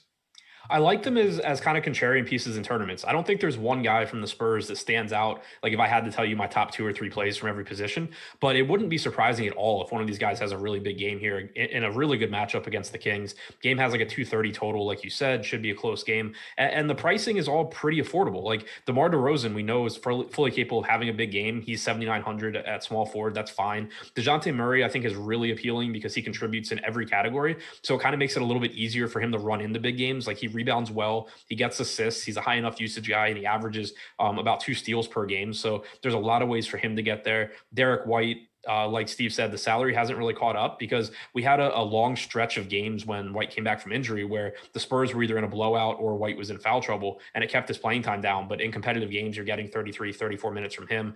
Keldon Johnson's been really bad recently, but we know how high that ceiling is. And overall this season, he's produced about 0.9 fantasy points per minute. So I think any of the starters really are high upside tournament pieces. I don't think any of the starters are amongst my favorite options at any position, though. Okay. Which is kind of why they end up being good tournament pieces. Easy enough. Then let's talk about Cleveland, Adam, against Utah. Monster spread here, 16 points, 219.5 total. We know that Jared Allen is out with the concussion. We know Kevin Love hasn't played in a while. That'll remain the case tonight. He's not playing. But now Larry Nance, who was very much expected to get some extra burn here, is questionable himself. So, I mean, what happens now if you're down? Obviously, Andre Drummond is gone. Then you have no Jared Allen, no Kevin Love, and potentially no Larry Nance either. Isaiah Hartenstein. That's what I'm thinking too. I remember Hartenstein, the game where he burned everyone. Mega Chalk played like 4 minutes. Yeah, and that's kind of, I mean, it's obviously scary because we don't, this is going to be his first game with Cleveland. So we don't know at all how they intend to use him, what the rotations are going to look like. The one thing we do know is at least he was in the rotation with Denver. So it's not like he's not, in game shape. He's conditioned. It's just a matter of what Cleveland's going to do with him. If Nance is out though, I mean, that was the starting center last game with Allen out. You would assume that Hartenstein's going to play a bunch of minutes here. It's not a good matchup, but for his career, he's a fantasy point per minute guy. He's 3,200 on DraftKings where you can roster 2 centers. So, the opportunity cost isn't a huge deal there. I would take shots on him. I mean, it can certainly go south, but he would be the most logical guy that benefits if Larry Nance is out. Okay. Steve, your thoughts on Cleveland with the uncertainty now surrounding Larry Nance? And by the way, this is a 9 p.m. Eastern game. Yeah, it's going to be really hard without knowing what the starting lineup is going to be and who's in and out. If Hartenstein is starting, of course, he's going to be a really good spot. I don't think that he would start even in that case. But I'm not. We just don't know. We just don't know how they're going to plan on using him. They did make an effort to go out and get him, so maybe they have high hopes for him. But I certainly remember that game last year, I think it was, when he was 80% owned and played 4 minutes that you're referring to. So I don't think that I'm going to go super high on him. Probably will pay attention to where his ownership ends up at, but I'll go maybe somewhat over the crowd, but not super high on him. What's your take, Adam, on Broderick Thomas? Very, very ownership dependent for me. I do think Hartenstein being active is a negative for Thomas. I know Greg or Eric talked about this on the previous show, but Thomas isn't like a great, fantasy producer anyway. The matchup's tough against Utah. You're getting more value opening up on the slate in general that makes Thomas a little bit less useful. But the reason I think Hartenstein being active is a big deal, and potentially Taurean Prince too, who's questionable, is, you got those 31 minutes from Thomas last game, but you had Nance playing all of his minutes at center with Allen out, with McGee no longer on the team, with Hartenstein inactive, and Drummond, obviously not playing. So now with Hartenstein back, like let's say Larry Nance is active and is still going to play like 33 or 34 minutes, you could very easily have him picking up like 8 of those minutes or something at the 4 and kind of sliding everyone up and taking, a few minutes away from Broderick Thomas, which is a big deal when you talk about someone who's not a great per minute, producer anyway. So if Thomas is low owned and starting, I think taking a shot on him makes sense because he is close to minimum salary and he does certainly give you upside just based on minutes played. But if he's getting a lot of ownership, and we just got an ownership update right now, he's getting about 15% on DraftKings. I don't think the chances of Broderick Thomas being someone that hurts you if you don't have him in the spot, I don't think are that high. Yeah, I think that's kind of what I was feeling as well. I don't know him as well as some of these other guys, so I was curious what your thoughts were. I don't think anybody knows him. I had no idea who he was until like 3 days ago. We had a super chat from, where is it? Running out of time here. Anime Lingo, do we think Bradley will get some run tonight for OKC? I can tell you this much. If you go to our projected stats from Alex Baker, he has him projected at how many minutes here? 17 minutes. Adam, that fair to you? Yeah, I think it's a guess though. I mean, and the thing is, like, if Bradley plays, it does make Roby less appealing also. But there's no guarantee he plays. Right. We got about 6 minutes to go here. Let me knock this super drive readout, and then we'll close this out with the final game. Stick around for Live Before Lock. SuperDraft is the sponsor of the Deeper Dive, and I know many of you guys have already gone over there and signed up for a pretty killer product. But if you haven't yet, they just partnered with Caesars Rewards, and they're transforming the DFS industry forever. The biggest thing I'll tell you to play over there right now, not because of the very cool format that they have, the multipliers, there's no salaries. You can play everybody you want if you wanted to, but all of the projections for SuperDraft are free at awesemo.com as well. But more so the fact that, well, you get $50 match bonus when you use the promo code Awesemo21 if you deposit $50 or more, AWESEMO21. And there's just a lot of overlay out there right now. They're expanding, getting a foothold in the industry. One of the best ways to do that is to have big contests with overlay. So look, with the edge dwindling in DFS in so many different spots, You got to get over here, get there where there is overlay, take big advantage of that. Got the $25,000 jump shot, 5K up top tonight. Use the promo code Awesemo21. Get your $50 free when you deposit $50 or more, and use the free SuperDraft projections over at Awesemo.com. All right. Anything else for Cleveland, Adam? No, not really. I mean, Colin Sexton's always in play in tournaments because he plays 38 minutes a night. But even though the Jazz are playing at a faster pace recently, I don't think that there's really anything to, it's still a tough matchup. All right, Steve, what about Utah? Yeah, my biggest concern on Utah is just the point spread. When they're playing as one of the best teams in the league right now, and we're talking Isaiah Hardenstein and Broderick Thomas on the other side, I don't feel like we can count on a whole lot of minutes from these guys. So maybe I'll take a couple of shots here or there, but not a big excitement for me. Okay, Adam? Yeah, I mean, I think that's pretty much reflected in like their season averages.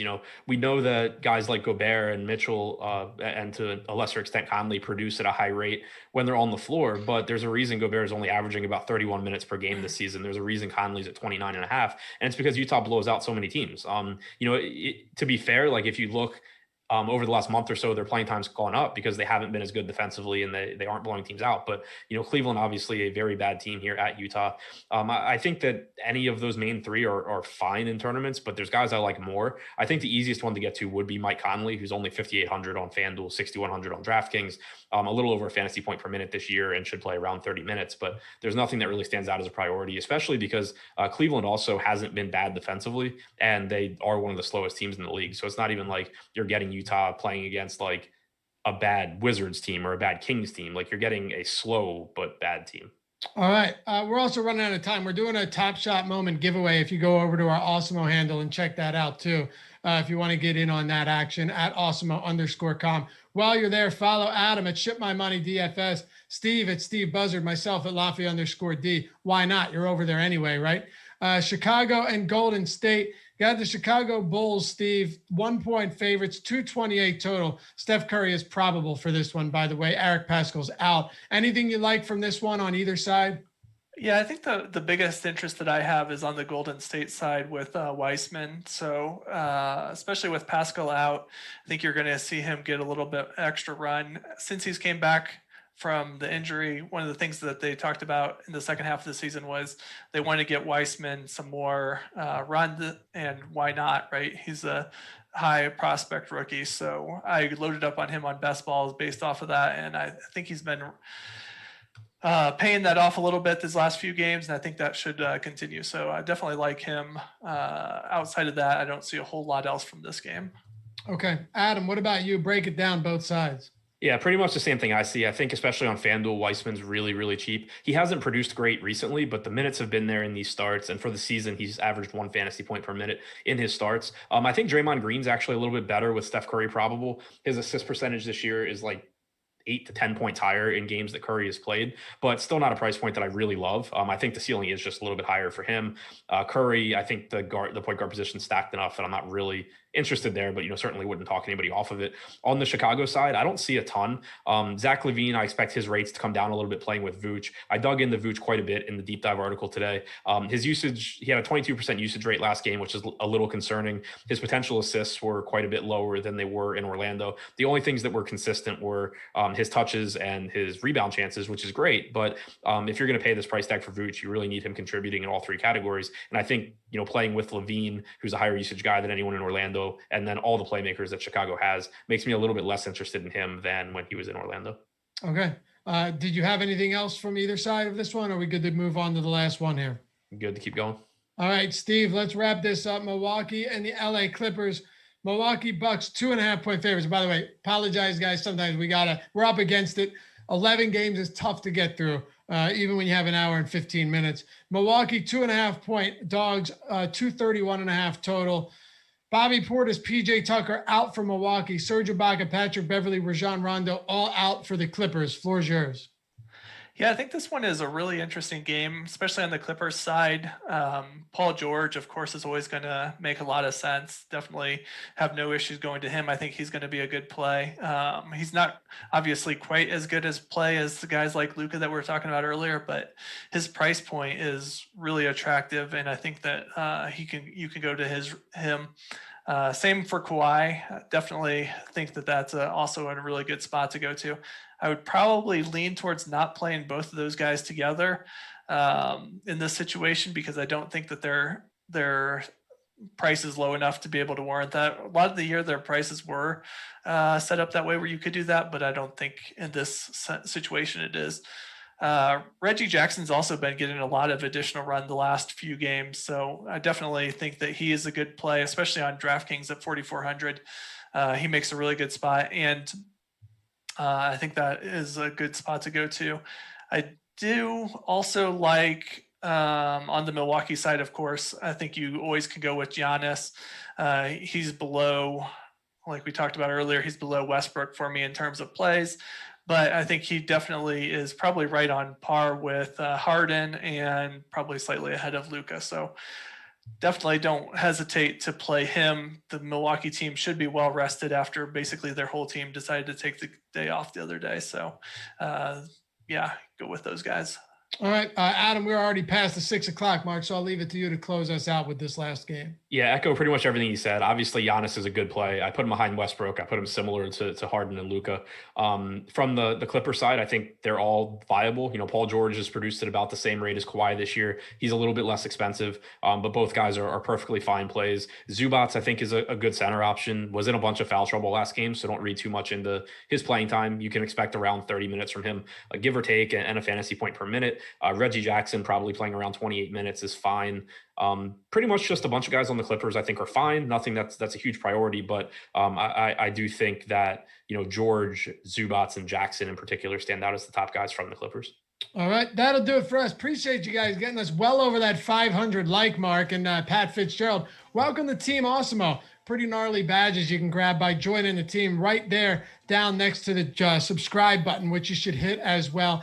Do whatever you want. But if you're in the giving mood and you decide like joining the team or subscribing to the channel so you always catch our shows, you know where to do it. We'll see you back here tomorrow on the Deeper Dive presented by SuperDraft. Spags, Josh, coming up next.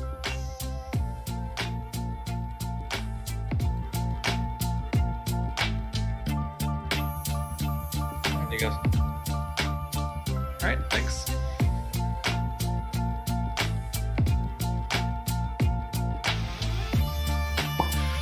What's up, guys? What up?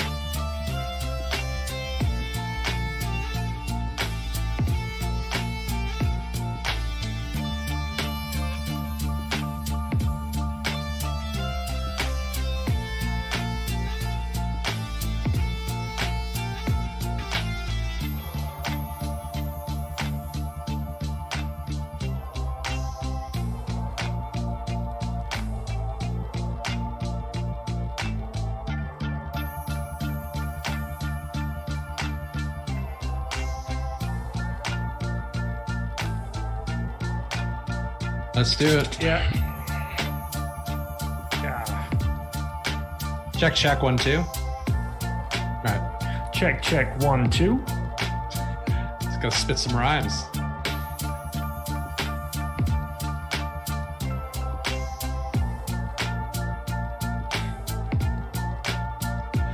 What is up, guys? You are in the home stretch of today's NBA action. You know, if you've been watching this show, we're playing NBA DFS at all over the last few weeks or months. Something is going to change here in the next 55 minutes. It's going to completely overhaul everything you've done so far, but that's the joy of it all. And I'm Chris Spags here to walk you through it along with a man you know, you love, you watch at 6:30 in the morning on the East Coast. He's a chubster, Josh Engleman. How you doing, Josh? Pretty good, man. I hate these 11-game slates, and it appears that we're just going to get them over and over and over again. So I guess I'm just going to have to deal with it. So I feel pretty good. I'm excited for the slate. It's a couple question marks, a couple really weird, highly owned plays today, but we'll hit on all of it. And of course, we're going to hit on it with the power of Caesars Rewards, thanks to our friends over at SuperDraft, who've partnered with them to transform the DFS industry forever. The opportunity to make serious cash has never been better for a DFS player with low rake, high stake contests at SuperDraft that are expecting huge overlays as SuperDraft starts to grow. And as a bonus, you earn those Caesars Rewards points with every contest you enter. Tonight, SuperDraft is hosting their 25K jump shot. It's 25K guaranteed with 5K to first. So make sure you get your entries in at SuperDraft NBA. And also make sure to use the projections we have on the site as well. Some of the top plays today on SuperDraft, according to Awesemo, include guys like Colin Sexton, Julius Randle, if he makes it in, Kawhi Leonard, Jeremy Grant, Kristaps Porzingis, and we'll talk about these guys as we go along as well. Make sure you are playing over at superdraft.io or download SuperDraft from the App Store. And when you sign up, use the promo code Awesemo21 because it'll give you $50 free with your deposit of $50 or more. So play over at superdraft.io, download SuperDraft from the App Store. SuperDraft, no limits, more winning. And also make sure to check out the pinned tweet on at Awesemo_com. Got a giveaway going on there where I believe our own news god gave up one of his own cherished Top Shot moments in a time where the Top Shot market could not be booming more, I'm sure. But either way, about $115 value right now for the Jonas Valanciunas moment that is being given away on the pinned tweet at Awesemo_com. Let's go check that out right now. All you have to do is follow Awesemo, follow Awesemo NBA and the side action handle. You get the answer to win this little giveaway of ours, courtesy of our news god. So make sure to check the pin tweet at Awesemo_com. Josh, let's get into the slate here. We got some more plugs we can hit on later in the show, but I feel like the ownership right now is going to be actually surprisingly thus far, I would say not going as heavy to Russell Westbrook as I would have thought in our most recent run, which of course you can always get for yourself at awesemo.com/join if you're out there. We've got another ownership update here. So things moving around as I speak. And I guess this is more appropriate. Russell Westbrook now a top 3 projected owned play on DraftKings, top 2 projected owned play on FanDuel. We'll talk about the top 5 owned plays at the halfway point of the show. So smash that like button now. But Josh, for you, Russell Westbrook, is he a play you cannot avoid today? Or is he one you're willing to get less of just to get different from a large portion of the field? No, I think he is pretty clearly the best pay up option on FanDuel. I don't even think it's close. He is massively ahead of everyone else. On DraftKings, I do think because his price tag is only $100 different than Harden, that it's a little bit closer. But either way, no Bradley Beal. I love going there. I actually hate that we got the news. I had just taken Bradley Beal out of lineups and made the changes. So I was hoping that it never actually came, and then it came immediately. So there was no real utility in it any longer. But yeah, to me, he's the clear top pay up option today. So the net result, as we, I guess, implied there, if I didn't mention it outright, Bradley Beal being out for the Wizards against Indiana. First spot on the slate, or one of the earliest spots on the slate. And we do have a lot of chalk value starting to bubble up from Washington because Beal, high usage guy, about a 32% usage rate over the last couple months, about a 25% assist rate. And that's sharing a lot of court time with Russell Westbrook, who certainly takes a lot off the table. But Josh, we're now seeing high ownership on DraftKings, guys like Jerome Robinson, who is going to be starting for the Wizards or expect to be starting, barring something weird. He's going to be a highly owned play at minimum salary on DK. Rui Hachimura also be picking up a good amount of ownership on both DraftKings and FanDuel. As DraftKings price, I think, sort of a spot maybe you can move away from. On FanDuel, though, at that position, I feel like his price may be more appealing. Which other Wizards jump out to you, though? Is there anybody you're willing to trust on the day where we're going to see a chalky Avdia, we're going to see a chalky Jerome Robinson, and also a chalky Rui Hachimura on both sides? Yeah, I'm taking a look at the ownership now on DK just to make sure that I have this all sort of like calibrated correctly in my head. So Denny is the guy I prefer out of these guys, at least from a FanDuel perspective. Although I do think Howell Neto might be going at least mildly underlooked. He did see a couple extra minutes the last time that Beal was out. I'm not all that enamored with Jerome Robinson. I understand why it's happening. He is getting the start. He's the literal flat minimum on DraftKings, which you don't see all the time for starters at 3K. But at the same time, I have no concept of how many minutes he's going to play. And for him to just be the new highest owned guy, I mean, would you be all that surprised if he played 24 minutes? I don't think that I would. Yeah, I mean, I think for him, a guy who hasn't been the highest usage guy, who's in for from Awesemo 25 minutes, and I think that's pretty safe. Honestly, might even be an aggressive medium projection. I agree. I think Neto is really the one I'd worry about because they haven't been afraid when Beal's been out to give Neto more minutes, just because he's really the only guy out of this Wizards kind of second tier of players, at least maybe third tier behind Rui. Like these guys, they'll swap around pretty willingly, and I think Neto's clearly the best one out of all of them. Yeah, I could also see Garrison Matthews, like Jerome Robinson plays 3 rotations and Garrison Matthews plays the extra rotation and plays 30 minutes and is mostly useless. Chandler Hutchison is available. Who the hell knows how many minutes he's going to play? They could just give additional minutes to Isak Bonga. Like, this is a team in flux and missing their best player. All bets are off to me. It's not that I don't want to go to Jerome Robinson. I would clearly have some at the flat minimum. He's just going to make things work. But for him to be the highest owned play on the slate as a guy that's basically like a 0.7 fantasy point per minute guy, this will fail way more frequently than it succeeds. Is there any sort of logic, I guess, in being okay with Jerome Robinson on DraftKings just because he's the minimum salary? And I know you mentioned Avdia being the one you trust a little bit more. And it is worth pointing out that he does get a slight uptick in usage in core time without Beal on the year. Goes from 12.2% usage to 13.7%, which is still less on the year than Jerome Robinson, but just wanted to point that out as a credit for Avdia here. But with Robinson being minimum salary, is he's still a guy? Because I know we've talked in the past about minimum salary guys not really being one to kill you, but on this slate in particular, where you're locking in that value play early, and Robinson, as you mentioned, could lose minutes pretty early. I'm a little bit less inclined to treat Robinson differently, or more inclined to treat him a little bit less favorably than some of the other minimum salary guys. Like, definitely compared to the Bucks on Saturday, Robinson is just a play that you're burning that value spot early is my one concern. And then also that what you mentioned, just minutes might not be there. So just wondering how you're viewing that through the lens of him being 3K flat. Yeah. So, I mean, sort of just the same way that I mentioned it. Like, there are 3 other guys that are in the 3Ks that could just beat him straight out of his own team on an 11-game slate. With this game being so early, it does. I agree. It gives me a little bit of pause. The thing, like the way that I would look at it on an 11-game slate, like 30 might not be enough on a day like today, depending on who actually scores for the high owned guys. So I think just based, like, I'm not going to have another DraftKings sim coming out before this happens, but I think it's just a lot easier to be lower on Jerome Robinson. Like, if he really is 35% owned, I think it's pretty easy to come in like 15 to 20 and reallocate to plenty of other potential value options, whether that is, let's see, I'll just go through everybody that I have that's relatively low. Like Denny, again, obviously. Neto, this could be Broderick Thomas Day. Sabin Lee is available. Garrison Matthews, I don't know, Josh Hall for Oklahoma City. We can name a bunch of really terrible 3K guys today, and they could work out. Most of these guys aren't going to hit their targets all that frequently. I would rather just grab the guys that aren't picking up 35% of the ownership too. Also got a quick super chat here to hit on us. Anthony Davis, one of the regulars here, always giving some very generous super chats, $50 for him, saying, let's make some money. Buying his first house, about to be broke. I have to imagine significant others or accountants, when they see your SuperDraft or super chat budget on YouTube, they might just go, hey, maybe put a little bit more towards the mortgage would be my guess. Yeah, and maybe he's buying that house in straight cash. Sure. All from his super chat money, I think. But we appreciate Anthony Davis and all you guys out there watching as well. And Josh, actually, Laffy threw some shade at you. I'm just going to stir the pot here as much as possible. Mention your sycophancy for putting him down in your quest to get likes. So I feel like I would be not doing my job as your co-pilot here on Live Before Lock to not give you the floor to pander for likes and perhaps shame our beloved new father, Laffy.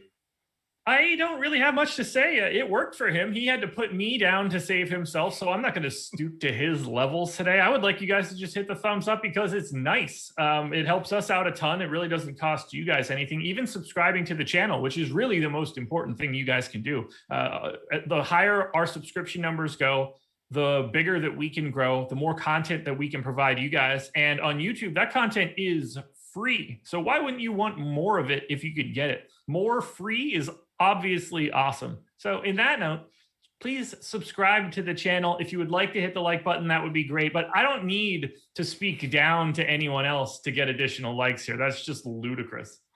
Your ability to pivot based upon if Floppy's even the meanest bit mean to you and come off like the victim, truly impressive, I would say, in this 2021 economy.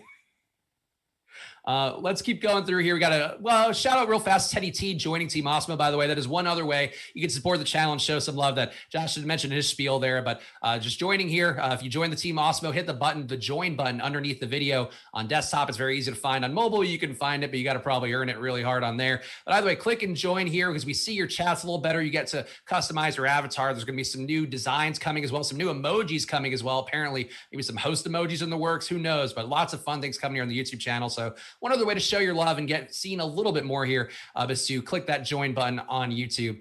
Let's keep going through the rest of the slate. Actually, while we're talking Washington real fast, I'm just going to ask you real fast about your interest in Indiana, because Washington, has been historically such a great spot to go against, where they play fast. They don't play great defense, still 111.5 defensive efficiency rating. Maybe that gets a bit worse without Beal in there. Maybe it gets better, honestly, given how Beal just is a shooter and a scorer and a guy who does a lot of things, but defense not a specialty. But Josh, Indiana, just going through the numbers here for them since LeVert's been on, kind of spooks me away. None of these guys over 25% usage. We did just get news that Doug McDermott is out, so maybe that opens things up a little bit more, but still find it hard to force my way to guys like Sabonis, Brogdon, and LeVert on DraftKings. I think on FanDuel, more of a case can be made for guys like Sabonis and Brogdon in particular, but how are you handling Indiana and what seems like a great spot, but a team that's really been, I think, squeezed meaningfully by having LeVert in there playing big minutes? I'm a big fan of Indiana today, actually. Over the field on them currently, at least based on the ownership that we have now. I'm really interested in Karis LeVert as a contrarian play. He doesn't appear to be picking up much ownership at all. Brogdon is in the 20s in ownership on FanDuel. I think that's incredibly appropriate. Miles Turner is a guy that I think is going a little underowned on FanDuel, given the slate and given the setup for him at a $5,700 price tag. He could hit his value in just blocks today against a Washington Wizards team that might not be bringing the best to the table. Maybe these guys are a little bit more likely to have their shot blocked. I don't know. The only guy that I'm really I don't want to say not interested in is Justin Holiday's already picking up some ownership. I would rather just go elsewhere in situations where $3,800 Justin Holiday is picking up ownership. But I really like Indiana. I mean, that's what happens when you play Washington.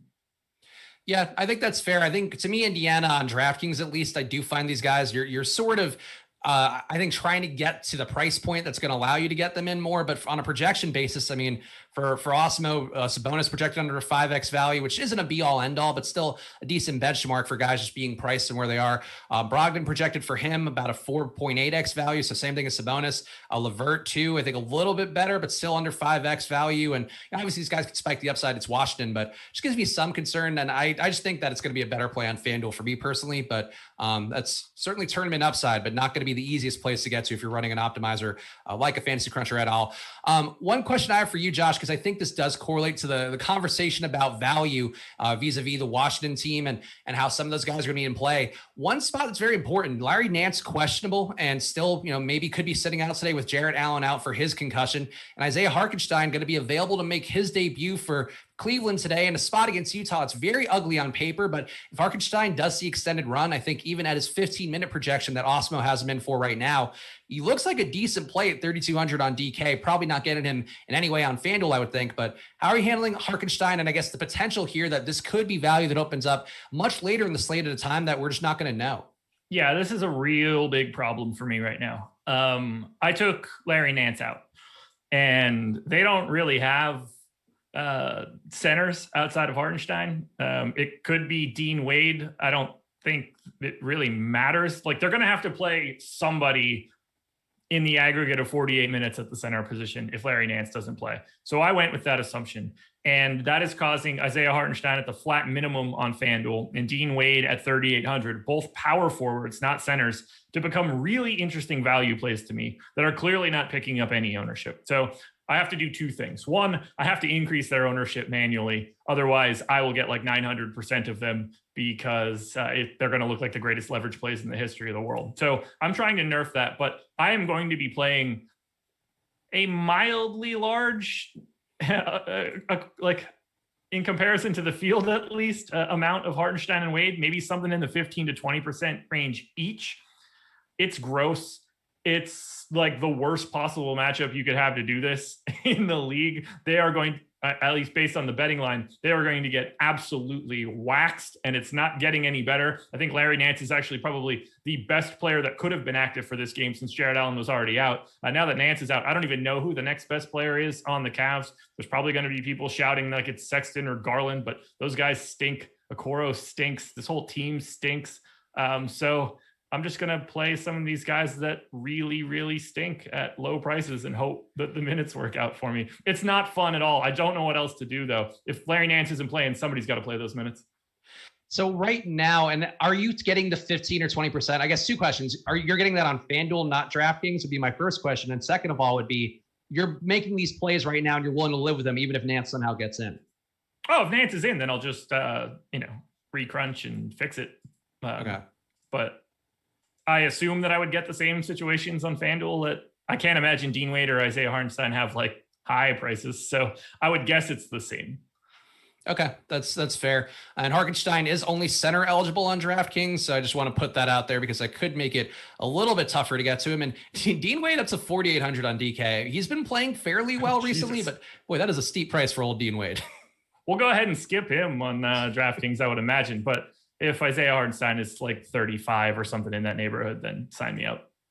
We got to talk about Broderick Thomas real fast, but in 10 minutes, guys, we're going to give you guys the top 5 owned plays on DraftKings and FanDuel for free because that's how we do money time here on Live Before Lock on the 2 shows I'm doing a week. So make sure you smash that like button now. Get us to a respectable 1,000 or so likes if you can. Oh, God, Christian Wood ruled out. That's going to be an important conversation piece. But we'll talk Broderick Thomas first, and let's hit that like button, guys. Help us get it up here, and we will give you – help us get it up here. Help us get those numbers up here, and we'll give you guys that free ownership, top 5 owned plays on DraftKings and FanDuel. And Jordan can put in the pause on YouTube chat right now, as I could tell he was thinking. Quick shout outs as well to the chat. Got a super chat here from Teddy T, who just joined. Thanks guys for all your advice, and membership is paid off. Turns $10 into $700 on SuperDraft Saturday night. Appreciate that a bunch. Glad to hear it. I think I missed one. Oh, David Greenhoff, shout out to you joining Team Awesemo, and shout out Will Conway as well for joining on here. The support does mean a bunch on here, and we definitely try to make sure to take some questions from you guys when we can, when news doesn't ruin everything.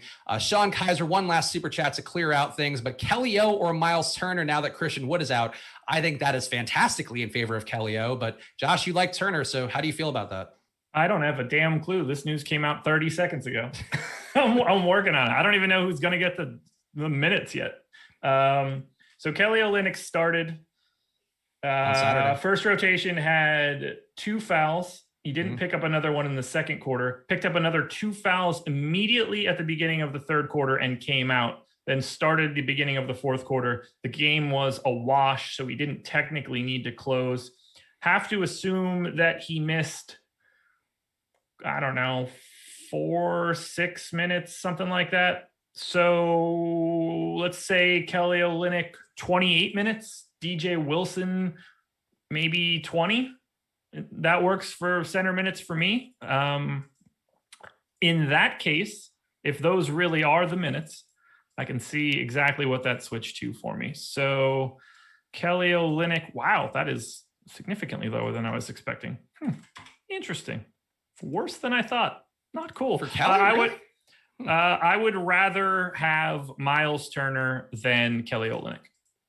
All right, I'm pulling in Awesemo's minutes right now to get my read on it, but I have to say one thing for me on Saturday. Saturday was a wild slate. If you missed our shows there, we do I do the deeper dive on Saturdays, then we have Emac and Terry doing the Live Before Lock show afterwards, and it was Greg and I on the deeper dive show, and we were Milwaukee value had opened up on that spot, and one thing that ended up being, I think I still like the play, but didn't end up working out the way that I would have liked. I ended up getting just max 3 of Milwaukee, which cut me off of Thanasis Antetokounmpo, but put me on Kelly Olynyk, and I felt very comfortable getting to Olynyk in that spot. And I'm comfortable getting to Olynyk here again. I don't think there's a Thanasis Antetokounmpo who's going to make me feel bad about the Olynyk exposure today. And the thing to me that just jumps out is that Olynyk has always benefited in Miami when there's been one of Butler out, one of Dragic out, one of Bam out. And that's just what Houston is now. They do have Kevin Porter Jr., they do have John Wall. But I think Olynyk being in and filling whatever this role is for Christian Wood. Awesemo has him in for 28 minutes, so the same minutes that Josh had.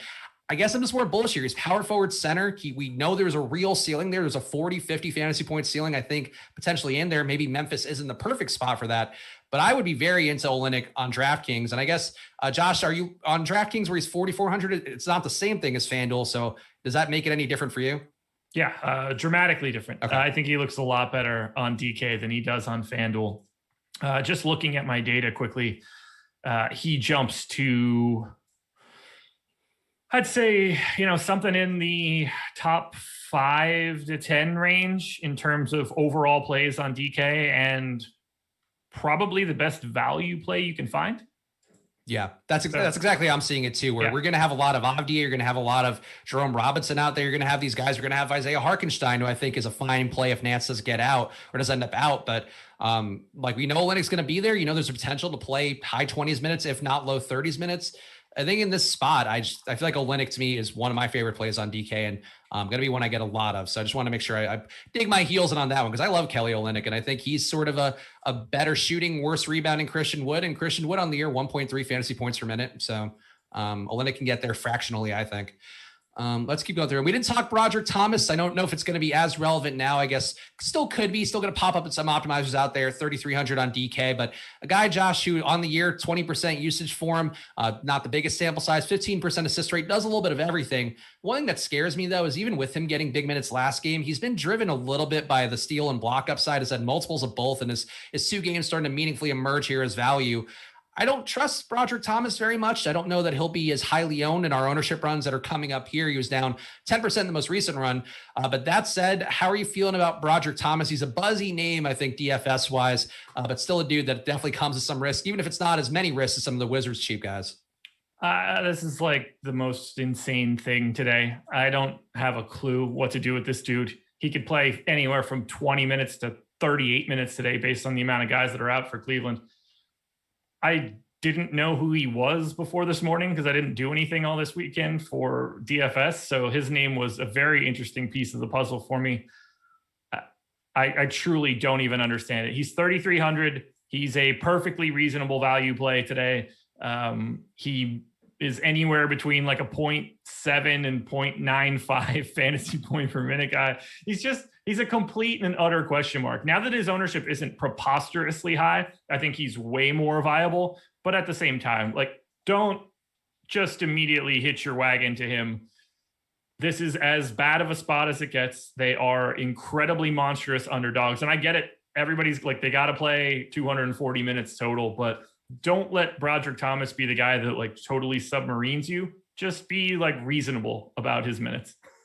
Yeah, I mean, I think I get it when you see sort of fantasy-wise how he does contribute a little bit of everything. I guess this is not the best comparison because he does do a little more defensively, but in that respect, kind of like a Talen Horton-Tucker, who you see the limited sample size, you go, oh, if he plays 30 minutes, like he's going to have some upside. Horton-Tucker, though, is like still a higher usage guy. Broderick Thomas, the peripherals being there so heavy the last couple games, I think is going to put people on the scent more in a way that spooks me. And I know with the median projection too, just how that's going to work with Allen out. I think there's going to be, at least in my numbers, how there's going to be a little bit of a lean on a guy like Thomas who does get some blocks, does get some steals. That's going to fill in for Allen. And I just don't have the most confidence that that's something you could predict. So I'm with you on that. Broderick Thomas, to me, a value play that I'm glad is seeing a bit less ownership. And I think is now at least at a reasonable mark. So if you get there, that's fine, but definitely don't want 100% Broderick Thomas. Let's keep going through here. And the ownership shows an interesting story here. We're going to talk more about it in 3 minutes to give you guys top 5 owned plays on DraftKings and FanDuel. It's part of money time on here. But James Harden, Josh, you mentioned earlier, as a pivot to Russell Westbrook, he plays the same position on DraftKings, not the same position on FanDuel, but similar price points. And Harden here, a chalk play on the day going against Minnesota, even though Kyrie is expected back today. So how are you feeling about Harden? And is he a pay-up option that you're willing to get a good amount of when Westbrook does have a more definable role to point to with no Beal? Yeah, I have no problem getting to Harden. I mean, generally speaking, I have no problem getting to any of these studs. And today is not really any different. Prior to that Christian Wood news, I had Harden as my 4th most owned shooting guard on FanDuel, basically tied with like Levine and Halliburton and Karis LeVert, tied with the public, around 25% ownership or so. I don't have like a hot take on it. I think he's perfectly viable at 11-3. I like the matchup. Having Kyrie back sort of mitigates things, but I don't think it's like a huge deal. Both Kyrie and Harden can still do all of the things that they want to do, soak up all of the usage that they actually want. It's not really much of a problem to me. So yeah, I have no issue paying up for him. I just do prefer Russell Westbrook.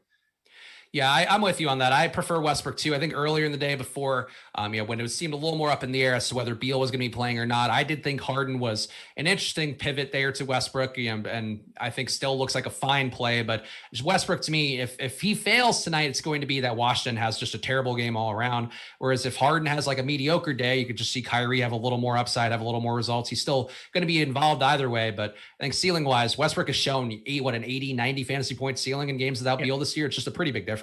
Absolutely. Let's just say, look, if Beal were in, it would look basically the same, right? It would sort of be in like a similar spot. Now we don't have Beal, so I'll just happily go to Westbrook a little bit more, but that's not an indictment on Harden at all. So this is a funny series of events here where 8 minutes ago, tweets went out, Julius Randle, a game time decision. Then 7 minutes ago, or 1 minute ago, rather, excuse me, but 7 minutes difference between the two. Julius Randle available to play Monday. So that means that he is going to be taking away some of the run or some of the opportunity that guys like Alec Burks and I guess Derrick Rose to a somewhat lesser extent had last game. But Josh, Randle being in, that's news we just got through. So does that change anything meaningfully for you? And one other news item to tease out here that we'll do after the ownership projections. Not really. I had them in, so nothing's changing for anything that I did before. They weren't really guys that I'm looking at. I think the Miami-New York game is the worst game on the slate. Maybe one of the worst games you could ever have in DFS for two teams that are like largely healthy, slow, defensive in nature. Guys are priced where they should be. Guys like Rose are back, so like things are even worse on the Knicks side. But given the pace of that game and really the matchup, I don't have very much interest in anything that's going on in that one.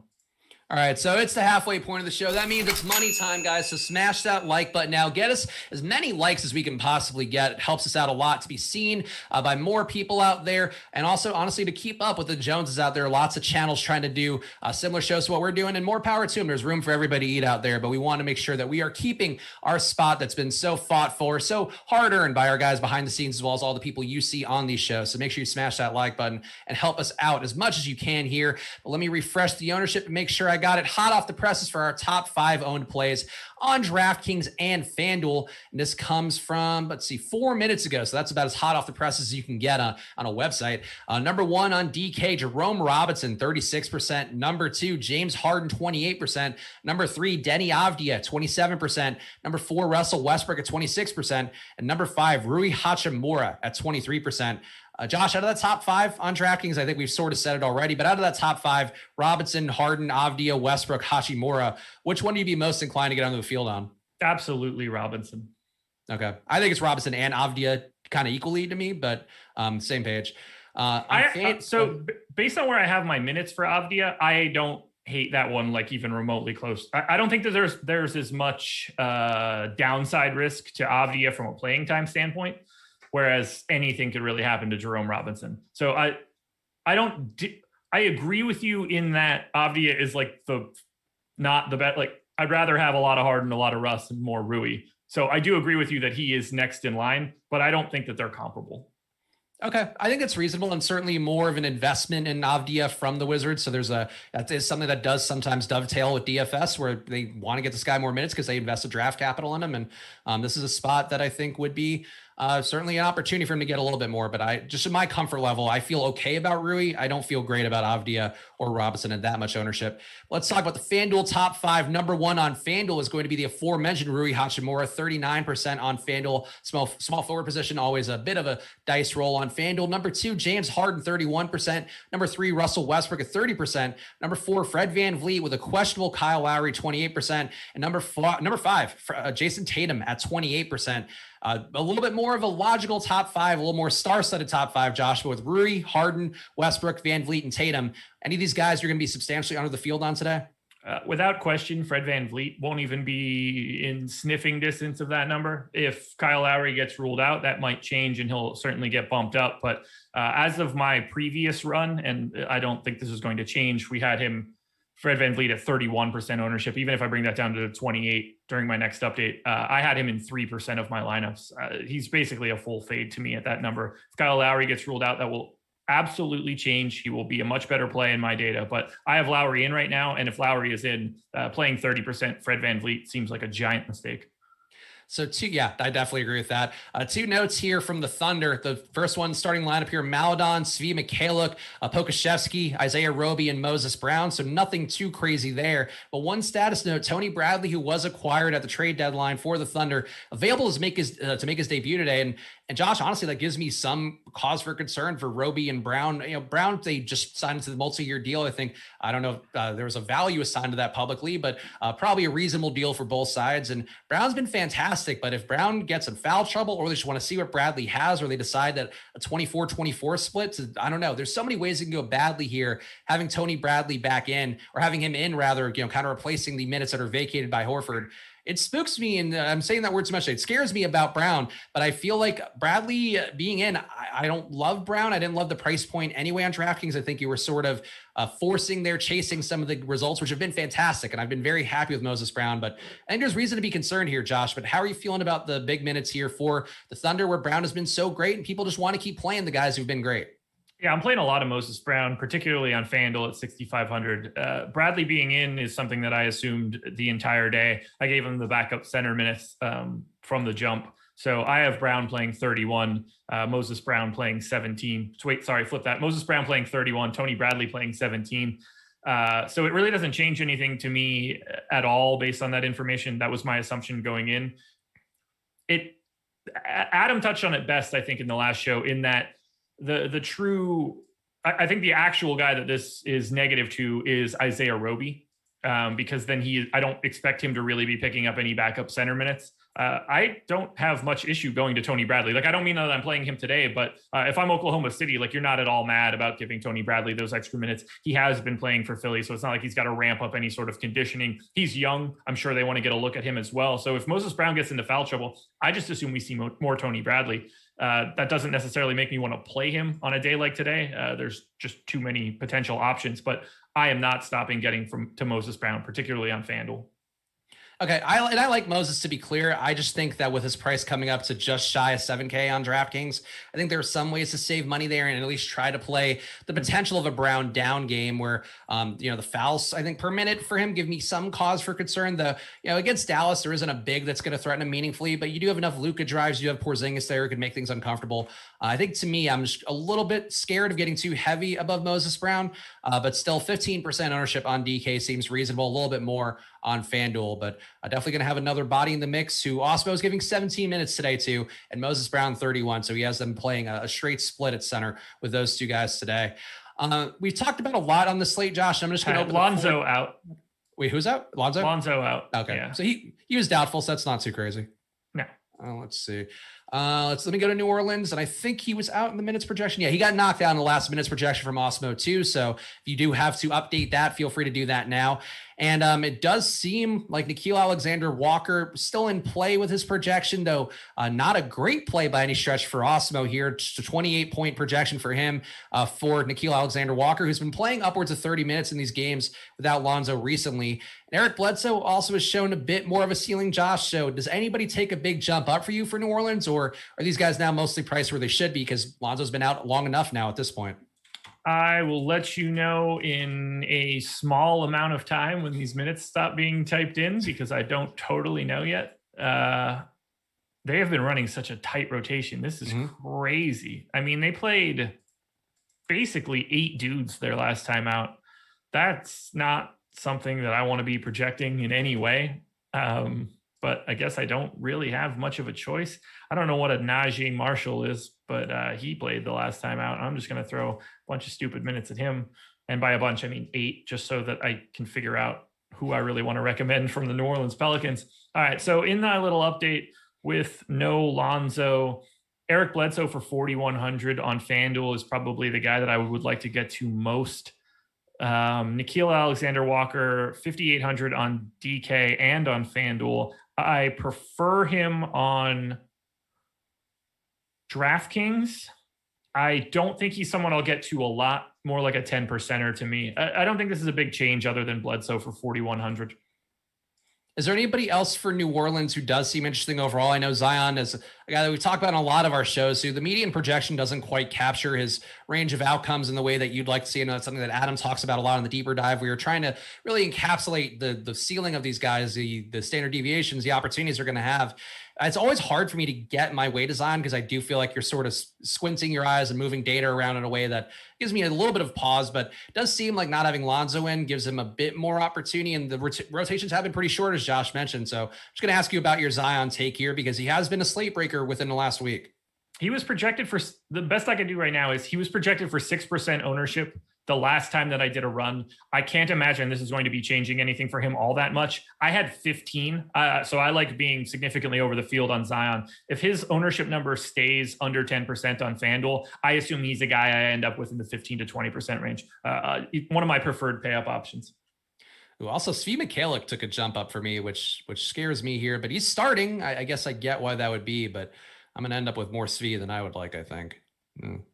All right, let's keep going through here. And one spot affected by injury that we haven't talked about yet today, but I think the Deeper Dive did a good job covering it. 3-man weave today with Lofty, Steve, Buzzard, and Adam. So make sure to check out the Deeper Dive, trying some new things on there as we really expand the channel and have more hours to fill on every given day. But Boston, no Jaylen Brown today, which historically has meant that you give a pretty good bump to guys like Jason Tatum, Kemba Walker, even Marcus Smart, I think for the most part, just guys who can get a little bit of every peripheral because Jaylen Brown contributes in every category. But Josh, now you got Evan Fournier coming in, and I think he's not going to take away. And Adam said it out well. This show is really just a Adam Scherer quote show, where we just recite the best things he said in the Deeper Dive. Yeah.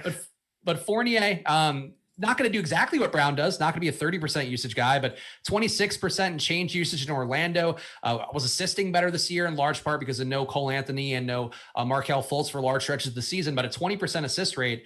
I feel like having Fournier in, I don't really love any of these guys. And it does seem like the field is going to go very heavy Tatum, going to go very heavy Robert Williams, going to go very heavy to Marcus Smart as well. How are you feeling about Boston? And do you think these guys are deserving of, like, honestly, shockingly chalky ownership on a slate of this size? So I actually was getting to quite a bit of Jason Tatum before. He's my number one power forward on FanDuel. If we're just looking at it from a more holistic view, I'm a little bit more interested on FanDuel than I am on DK, particularly for Tatum. He's just a better price and better setup from a positional standpoint. I'm actually lighter than the field on Robert Williams by a considerable margin. I just think he's a little bit too highly owned. I think the variance in his outcomes is a little high. If he gets into any sort of foul trouble, it's going to be problematic for him. He needs everyone. He doesn't need every one of those minutes, but he's a very highly variant play. When he's going to be highly owned, I'm willing to take my chances elsewhere. Let's see. I prefer Smart to Kemba on FanDuel. I prefer Kemba to Smart on DK, and I'm not getting to Evan Fournier at all. I gave him 31 minutes. Okay. Yeah. Fournier, I think at his price, I don't see the reason to take a flyer on him today necessarily. Definitely not more than the field's 4% ish that's expected on DraftKings and FanDuel. But I could see Tatum a little bit more. I just worry 28% ownership. Like, you're not getting much of an ownership discount on Tatum. And I would just have some degree of concern that it's not quite as great of a spot as it would have been over the last 6 months or whatever, 4 months of the season of there not being Jaylen Brown out there. But still definitely should be in play. And this total for New Orleans and Boston, not a bad one, a 229.5 combined total. So maybe, I don't know, it's not going overlooked ownership wise, but certainly a spot that has some upside, even if it does seem a little bit overowned. Let's keep going through here and let's talk about the rest of Houston real fast, because John Wall has had some high upside days, and I'm curious where you've landed with him, because he's been a guy, actually one of the best guys I've had in my DraftKings best ball lineup. So I'm happy with that. But Wall, we talked about Olynyk starting for Christian Wood today, who's out again. Wall also gets the usage upticks, maybe a little bit less of a wash for his assist upside in spots without Christian Wood. But is John Wall in play for you on a very crowded point guard slate? I had 10% in this crunch that's running right now. On my previous crunch, I was getting about 8. So I guess I'm neutral to the field on John Wall. I just don't have much of a lean. I prefer Russ, Morant, Brogdon, Kyle Lowry if he plays, De'Aaron Fox, all ahead of John Wall right now. I think both he and Luka are pretty similar relative to their salaries, but I don't know. He's just not a guy that I'm getting to. Mostly just neutral. I don't really have much to add. I wish I did. Okay. It'd be better content. I think there's more of an upside to Wall that does interest me. I think on this slate, though, it is a bit hard to get there given that there's going to be more priority plays at the position. But to be a John Wall guy, if I get 10 to 20% of him on a slate, I'm usually pretty happy with that, even though, Houston, I think a lot of people afraid of Houston. They were blown out for a while there in the stretches, but this team is getting more talented. Kevin Porter Jr. still in the mix. So Olynyk being in there, I think is going to shore things up a little, even with Wood still out. So I'm a little more comfortable going to John Wall, I think, generally, though not a priority play by any stretch. We got some news real fast that Luka Doncic and Kristaps Porzingis are both going to be available to play. So if you were any concerns about that, keep that in mind. Willie Cauley-Stein, still no timetable for his return. And then we got a couple game time decisions. One, which probably doesn't matter too much, Justice Winslow game time decision now. And Kyle Lowry, Josh, officially a game time decision, which is not a game status note necessarily, but does maybe indicate the way the wind's blowing. So with Van Vliet so chalky on FanDuel, how are you preparing for this one? Because it doesn't seem like we're going to know the news before the slate locks. Yeah, I have Kyle Lowry in. I'm running my crunches as such. It's going to make Fred Van Vliet look like not that great of a play. I'm okay with that. If I need to run a new crunch somewhere in that 7:30 to 8 o'clock window, if that's when that news comes in, that's fine. We still have a large majority of the slate to go. It won't be difficult at all to make any sort of adjustments, and I don't mind locking anything in earlier. So it's just not something that I'm ultra worried about. The piece that's really interesting to me is that I think Kyle Lowry is dramatically underpriced on FanDuel, and if he is playing at 6,500, I think he's a really good play. I'm a little surprised about his current situation right now. And because of that price, we had him projected for 9% ownership on my last official update. I was getting like 3 times the field. So I'm going heavily to Kyle Lowry at 9% ownership, fading Van Vliet in the 30s and just hoping that works out. And if it doesn't, that's why I use Fantasy Cruncher, a product you can get at Awesemo.com, where Late Swaptimizer will fix the mistakes you make. It's great. Yeah, late swaptimizing, more important now as part of your DFS process than ever. So make sure you're taking advantage of that. And if you're not familiar with it, make sure to go to awesemo.com/join and see all the options that we have on there that are going to be, a lot of them, but the ones with Fantasy Cruncher with the swaptimizing going to be on the higher price point, but definitely can save you untold amounts of money if you are putting a lot of your money in each night. Swaptimizing is crucial for the NBA right now. Cannot advocate for it more. And real quickly, also, we got one plug for MLB. MLB is starting up the end of this week. If you're not familiar with that one, you will see an ungodly amount of MLB content coming out of this channel in just a few short days, but get in now with our promo code starting9. That's starting with the number 9 at awesemo.com/join. 9 days of Awesemo plus MLB access, all the data, the top stacks tool, player projections, ownership projections, the lineup builder, the premium Slack channel. That's all included in this package. So go to awesemo.com/join. Use that promo code starting9. 9 days for $9 because there's a lot of nines here, a lot of good numerology at awesemo.com/join with the promo code starting9. Any teams that we haven't talked about yet? I guess we could talk Detroit real fast, and I'll ask you then, which if there are any teams that we haven't hit on that you find important. But Saban Lee was a play that seemed more important earlier in the day. Now in our most recent run of ownership, he is down under 10% on DraftKings, under 15% on FanDuel. Awesemo only has been for 22 minutes, which I think is a big cause for concern with Corey Joseph in the stable here, able to get some run. You still have your Frank Jacksons of the world too. I think there's reason to not play a ton of Saban Lee, but now people aren't playing a ton of Saban Lee. So where do you land given the fact that he's just not as chalky as he was before? I didn't really understand it before. I thought he was overowned then. If you want to get to like 10 to 15% of him, I think that's a pretty reasonable stance to take at this point. But we're talking about a guy who might not play all that much. I don't think he's a guy with a really big right tail. And that's sort of the problem with why he shows up in optimizers right now, because on a per minute basis at his salary, he's going to look good. But I don't really think that there's this excessive upside that we're going to be missing out on. I don't think that he's in line to benefit to any great excess with minutes. They have a lot of type guys, whether that's Saban Lee, now Corey Joseph, whether they give Diallo more minutes, Josh Jackson more minutes. They have a lot of Frank Jackson could go from, playing a ton of minutes to out of the rotation or anywhere in between. I don't really have a good finger on the pulse here. So when he was heavily owned, it was easy to get away. Now, if he's just meh, then I'll probably be just meh too. One big ownership projection update to note, because we gave you guys the top 5 earlier, and I just want to make sure that we stay accurate with you guys, because if you build lineups based off of that, the ownership projections do often move around based upon injury news and the timing of all that stuff. And it does seem now like Kelly Olynyk going to be the chalkiest play on DraftKings by a pretty wide margin. And I have to say, though, even though he's going to be chalky, I think that's still a good play, and I'd rather have more than less, Josh. But how do you feel if we have Olynyk at just shy of 50% ownership on DK? I mean, he's an infinitely better play than Jerome Robinson was as the chalk play. That, like, I assume Kelly Olynyk's starting whenever we get that news, if we haven't already. Oh, yeah, we got it already. He's starting. We did? Okay, then it's a no-brainer. Yeah, I agree. I mean, plus he has power forward center eligibility. Like, I don't have an issue with that at all. People asking some questions about Teo Maledon in the YouTube chats. I'll just throw to you real fast if you have any inkling on him, because he did have a 40 fantasy point game last time out. I guess the first one really said Shea was formally ruled out for the rest of the year, so maybe a bit of an uptick for him. But 33 minutes from Awesemo, I don't see enough in the rates to really give him a meaningful jump upwards. But did you get any interest at all in Teo Maledon on DraftKings or FanDuel? Not someone that I've been paying attention to today, so I can't imagine that he's someone I'm getting with any sort of regularity. Okay. Yeah, I think that's fair.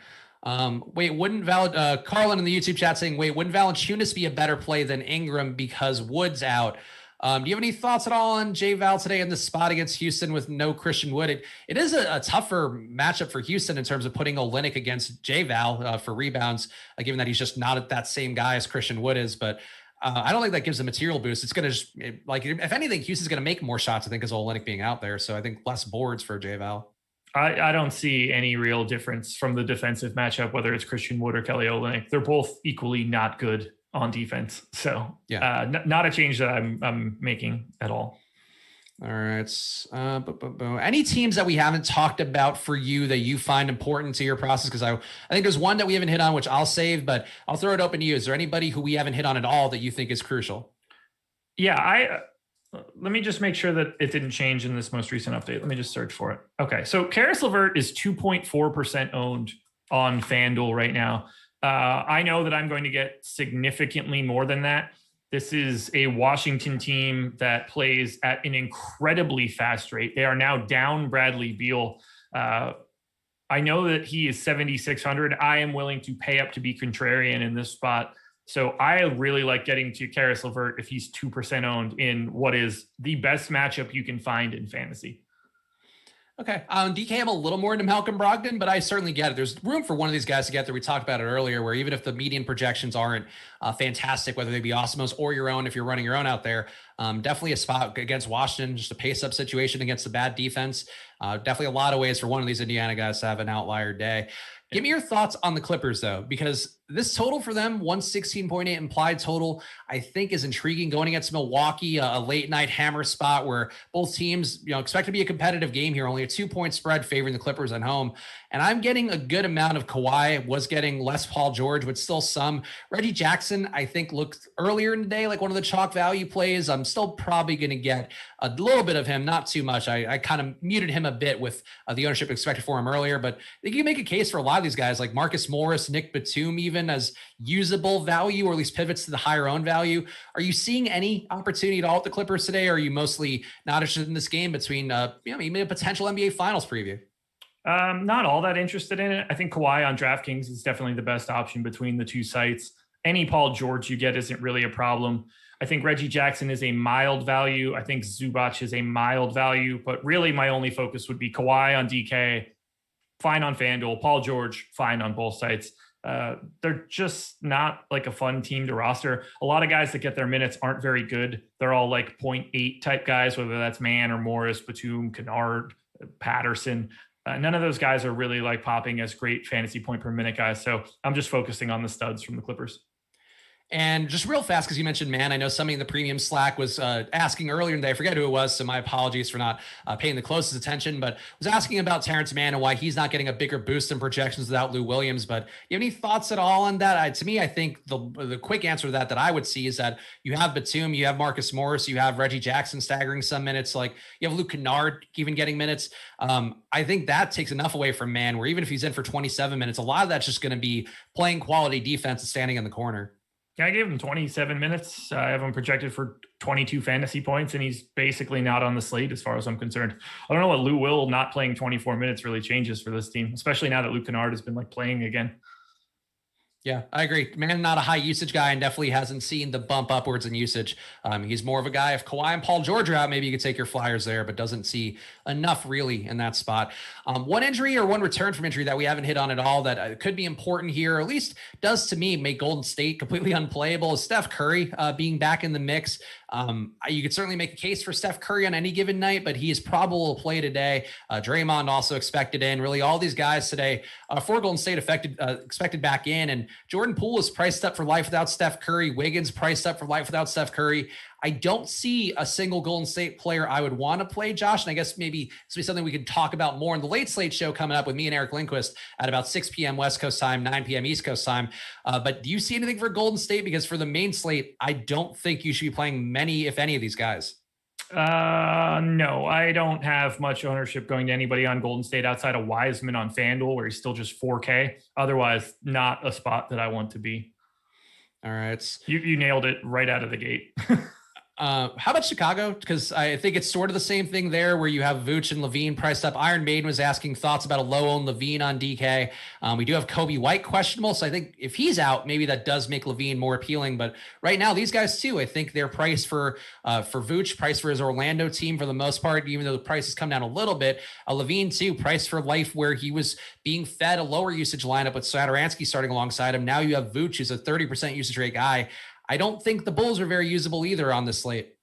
Nope. I do like Levine because I will always take chances on a $7,500 Levine on FanDuel. I know he's a little bit more expensive on DraftKings, so it's a little bit less of a play. But to me, I basically have him tied with Harden relative to salary. So I am getting to Levine. I am not really getting to anything else from the Bulls. Minimal amounts of Vooch, and that is really about it. All right. Let's go back to the premium Slack while I try to sort these crunches out. Questions in here, and drop them in if you have any final questions. Eric 5858 saying Awesemo's got Svi at 24 points. What do you think of that at 4K on DK? Eric, that's the play that I am currently the most surprised by. I guess not really surprised by, because Svi did show enough in Detroit that I think he would meaningfully look decent to me. But I have him for 24.7 fantasy points today with the 27 minutes in Awesemo's projection. And I think Svi, along with Kelly Olynyk, are my two favorite value plays on the slate. But Josh, I think I didn't ask you your take on Svi when I mentioned that I was getting a lot of him. So does he take a jump upwards for you as well, knowing that he's starting and the minutes should be a little more secure?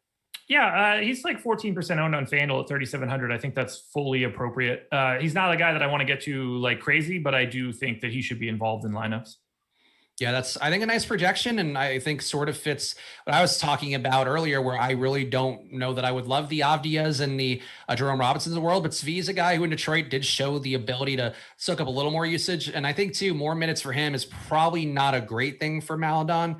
Maledon maybe a little more assist upside there, but just him getting less usage, I think, would give me enough cause for concern at his price point being up. So I think Svi is kind of the most logical play besides Moses Brown from the Thunder.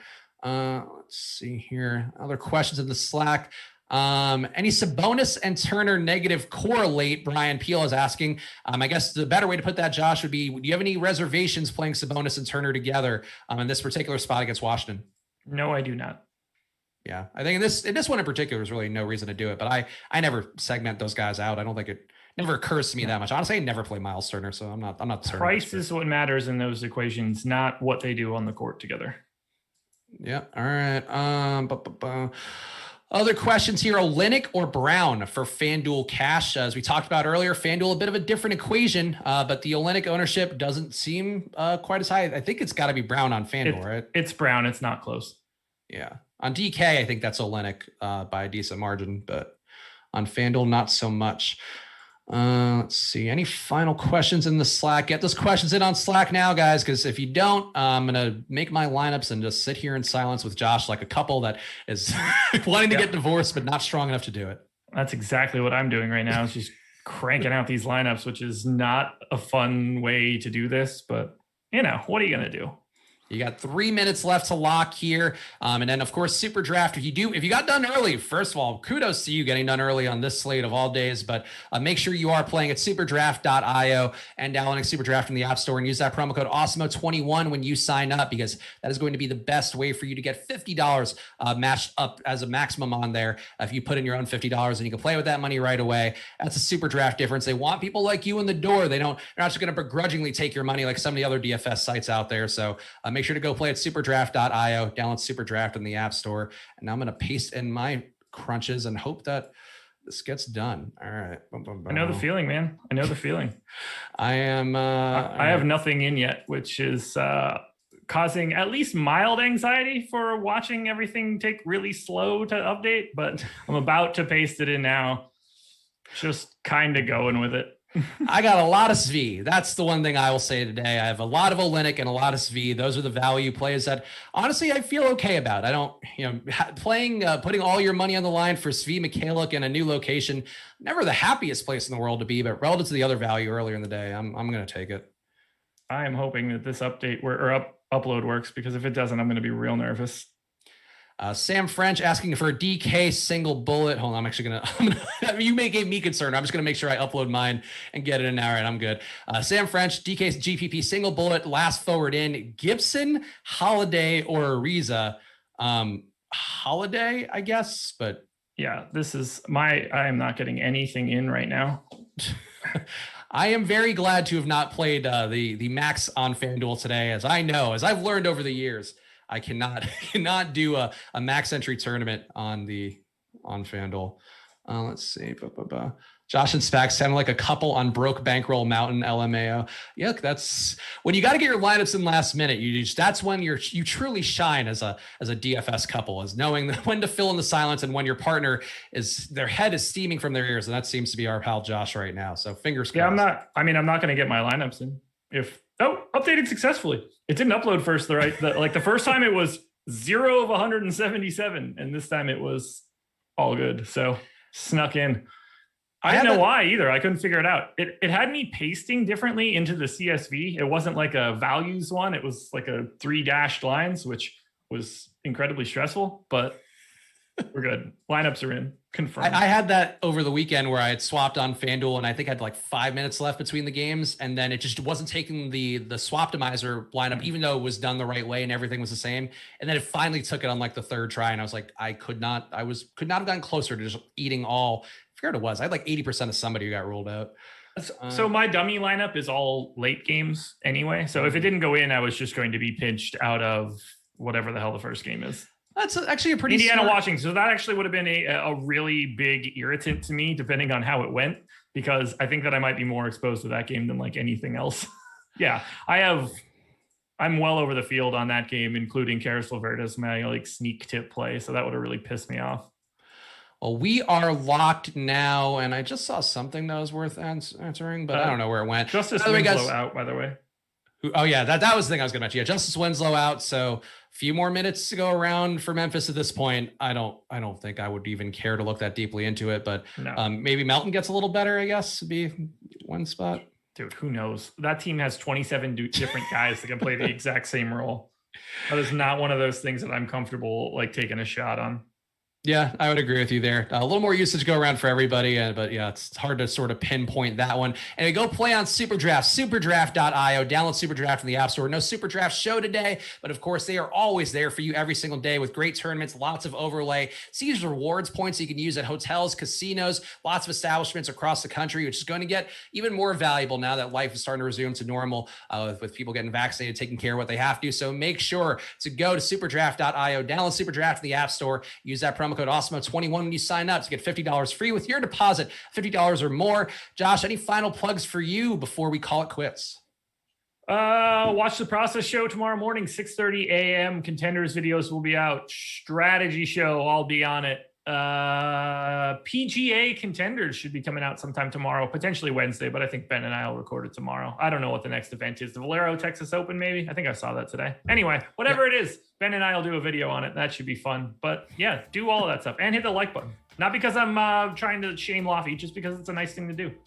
It is a night really for our channel, for any shows you're watching out there. Hitting the like button for YouTube creators really means a lot more than you guys may know. So smash that like button here, subscribe, hit the notification bell. I'll be back in 2 hours with Eric Lindquist to talk about the late slate and hopefully not tilt too much about this main one. But follow at Chris Spags, follow at Josh Engleman, and follow. Actually, I forgot if you had a DFS at the end of your. We don't do enough shows anymore. I forget your plugs. Yeah, just straight Josh Engleman everywhere. Yeah, follow at Josh Engleman, follow at Awesemo_com, and check the pinned tweet on there to win a J-Val Top Shot moment from our own news god. Generous as always with both news, his time, and his top shots. So make sure to check out that pinned tweet at Awesemo_com. We'll be back to you guys in 2 hours. So enjoy these 2 hours and see you then. Bye.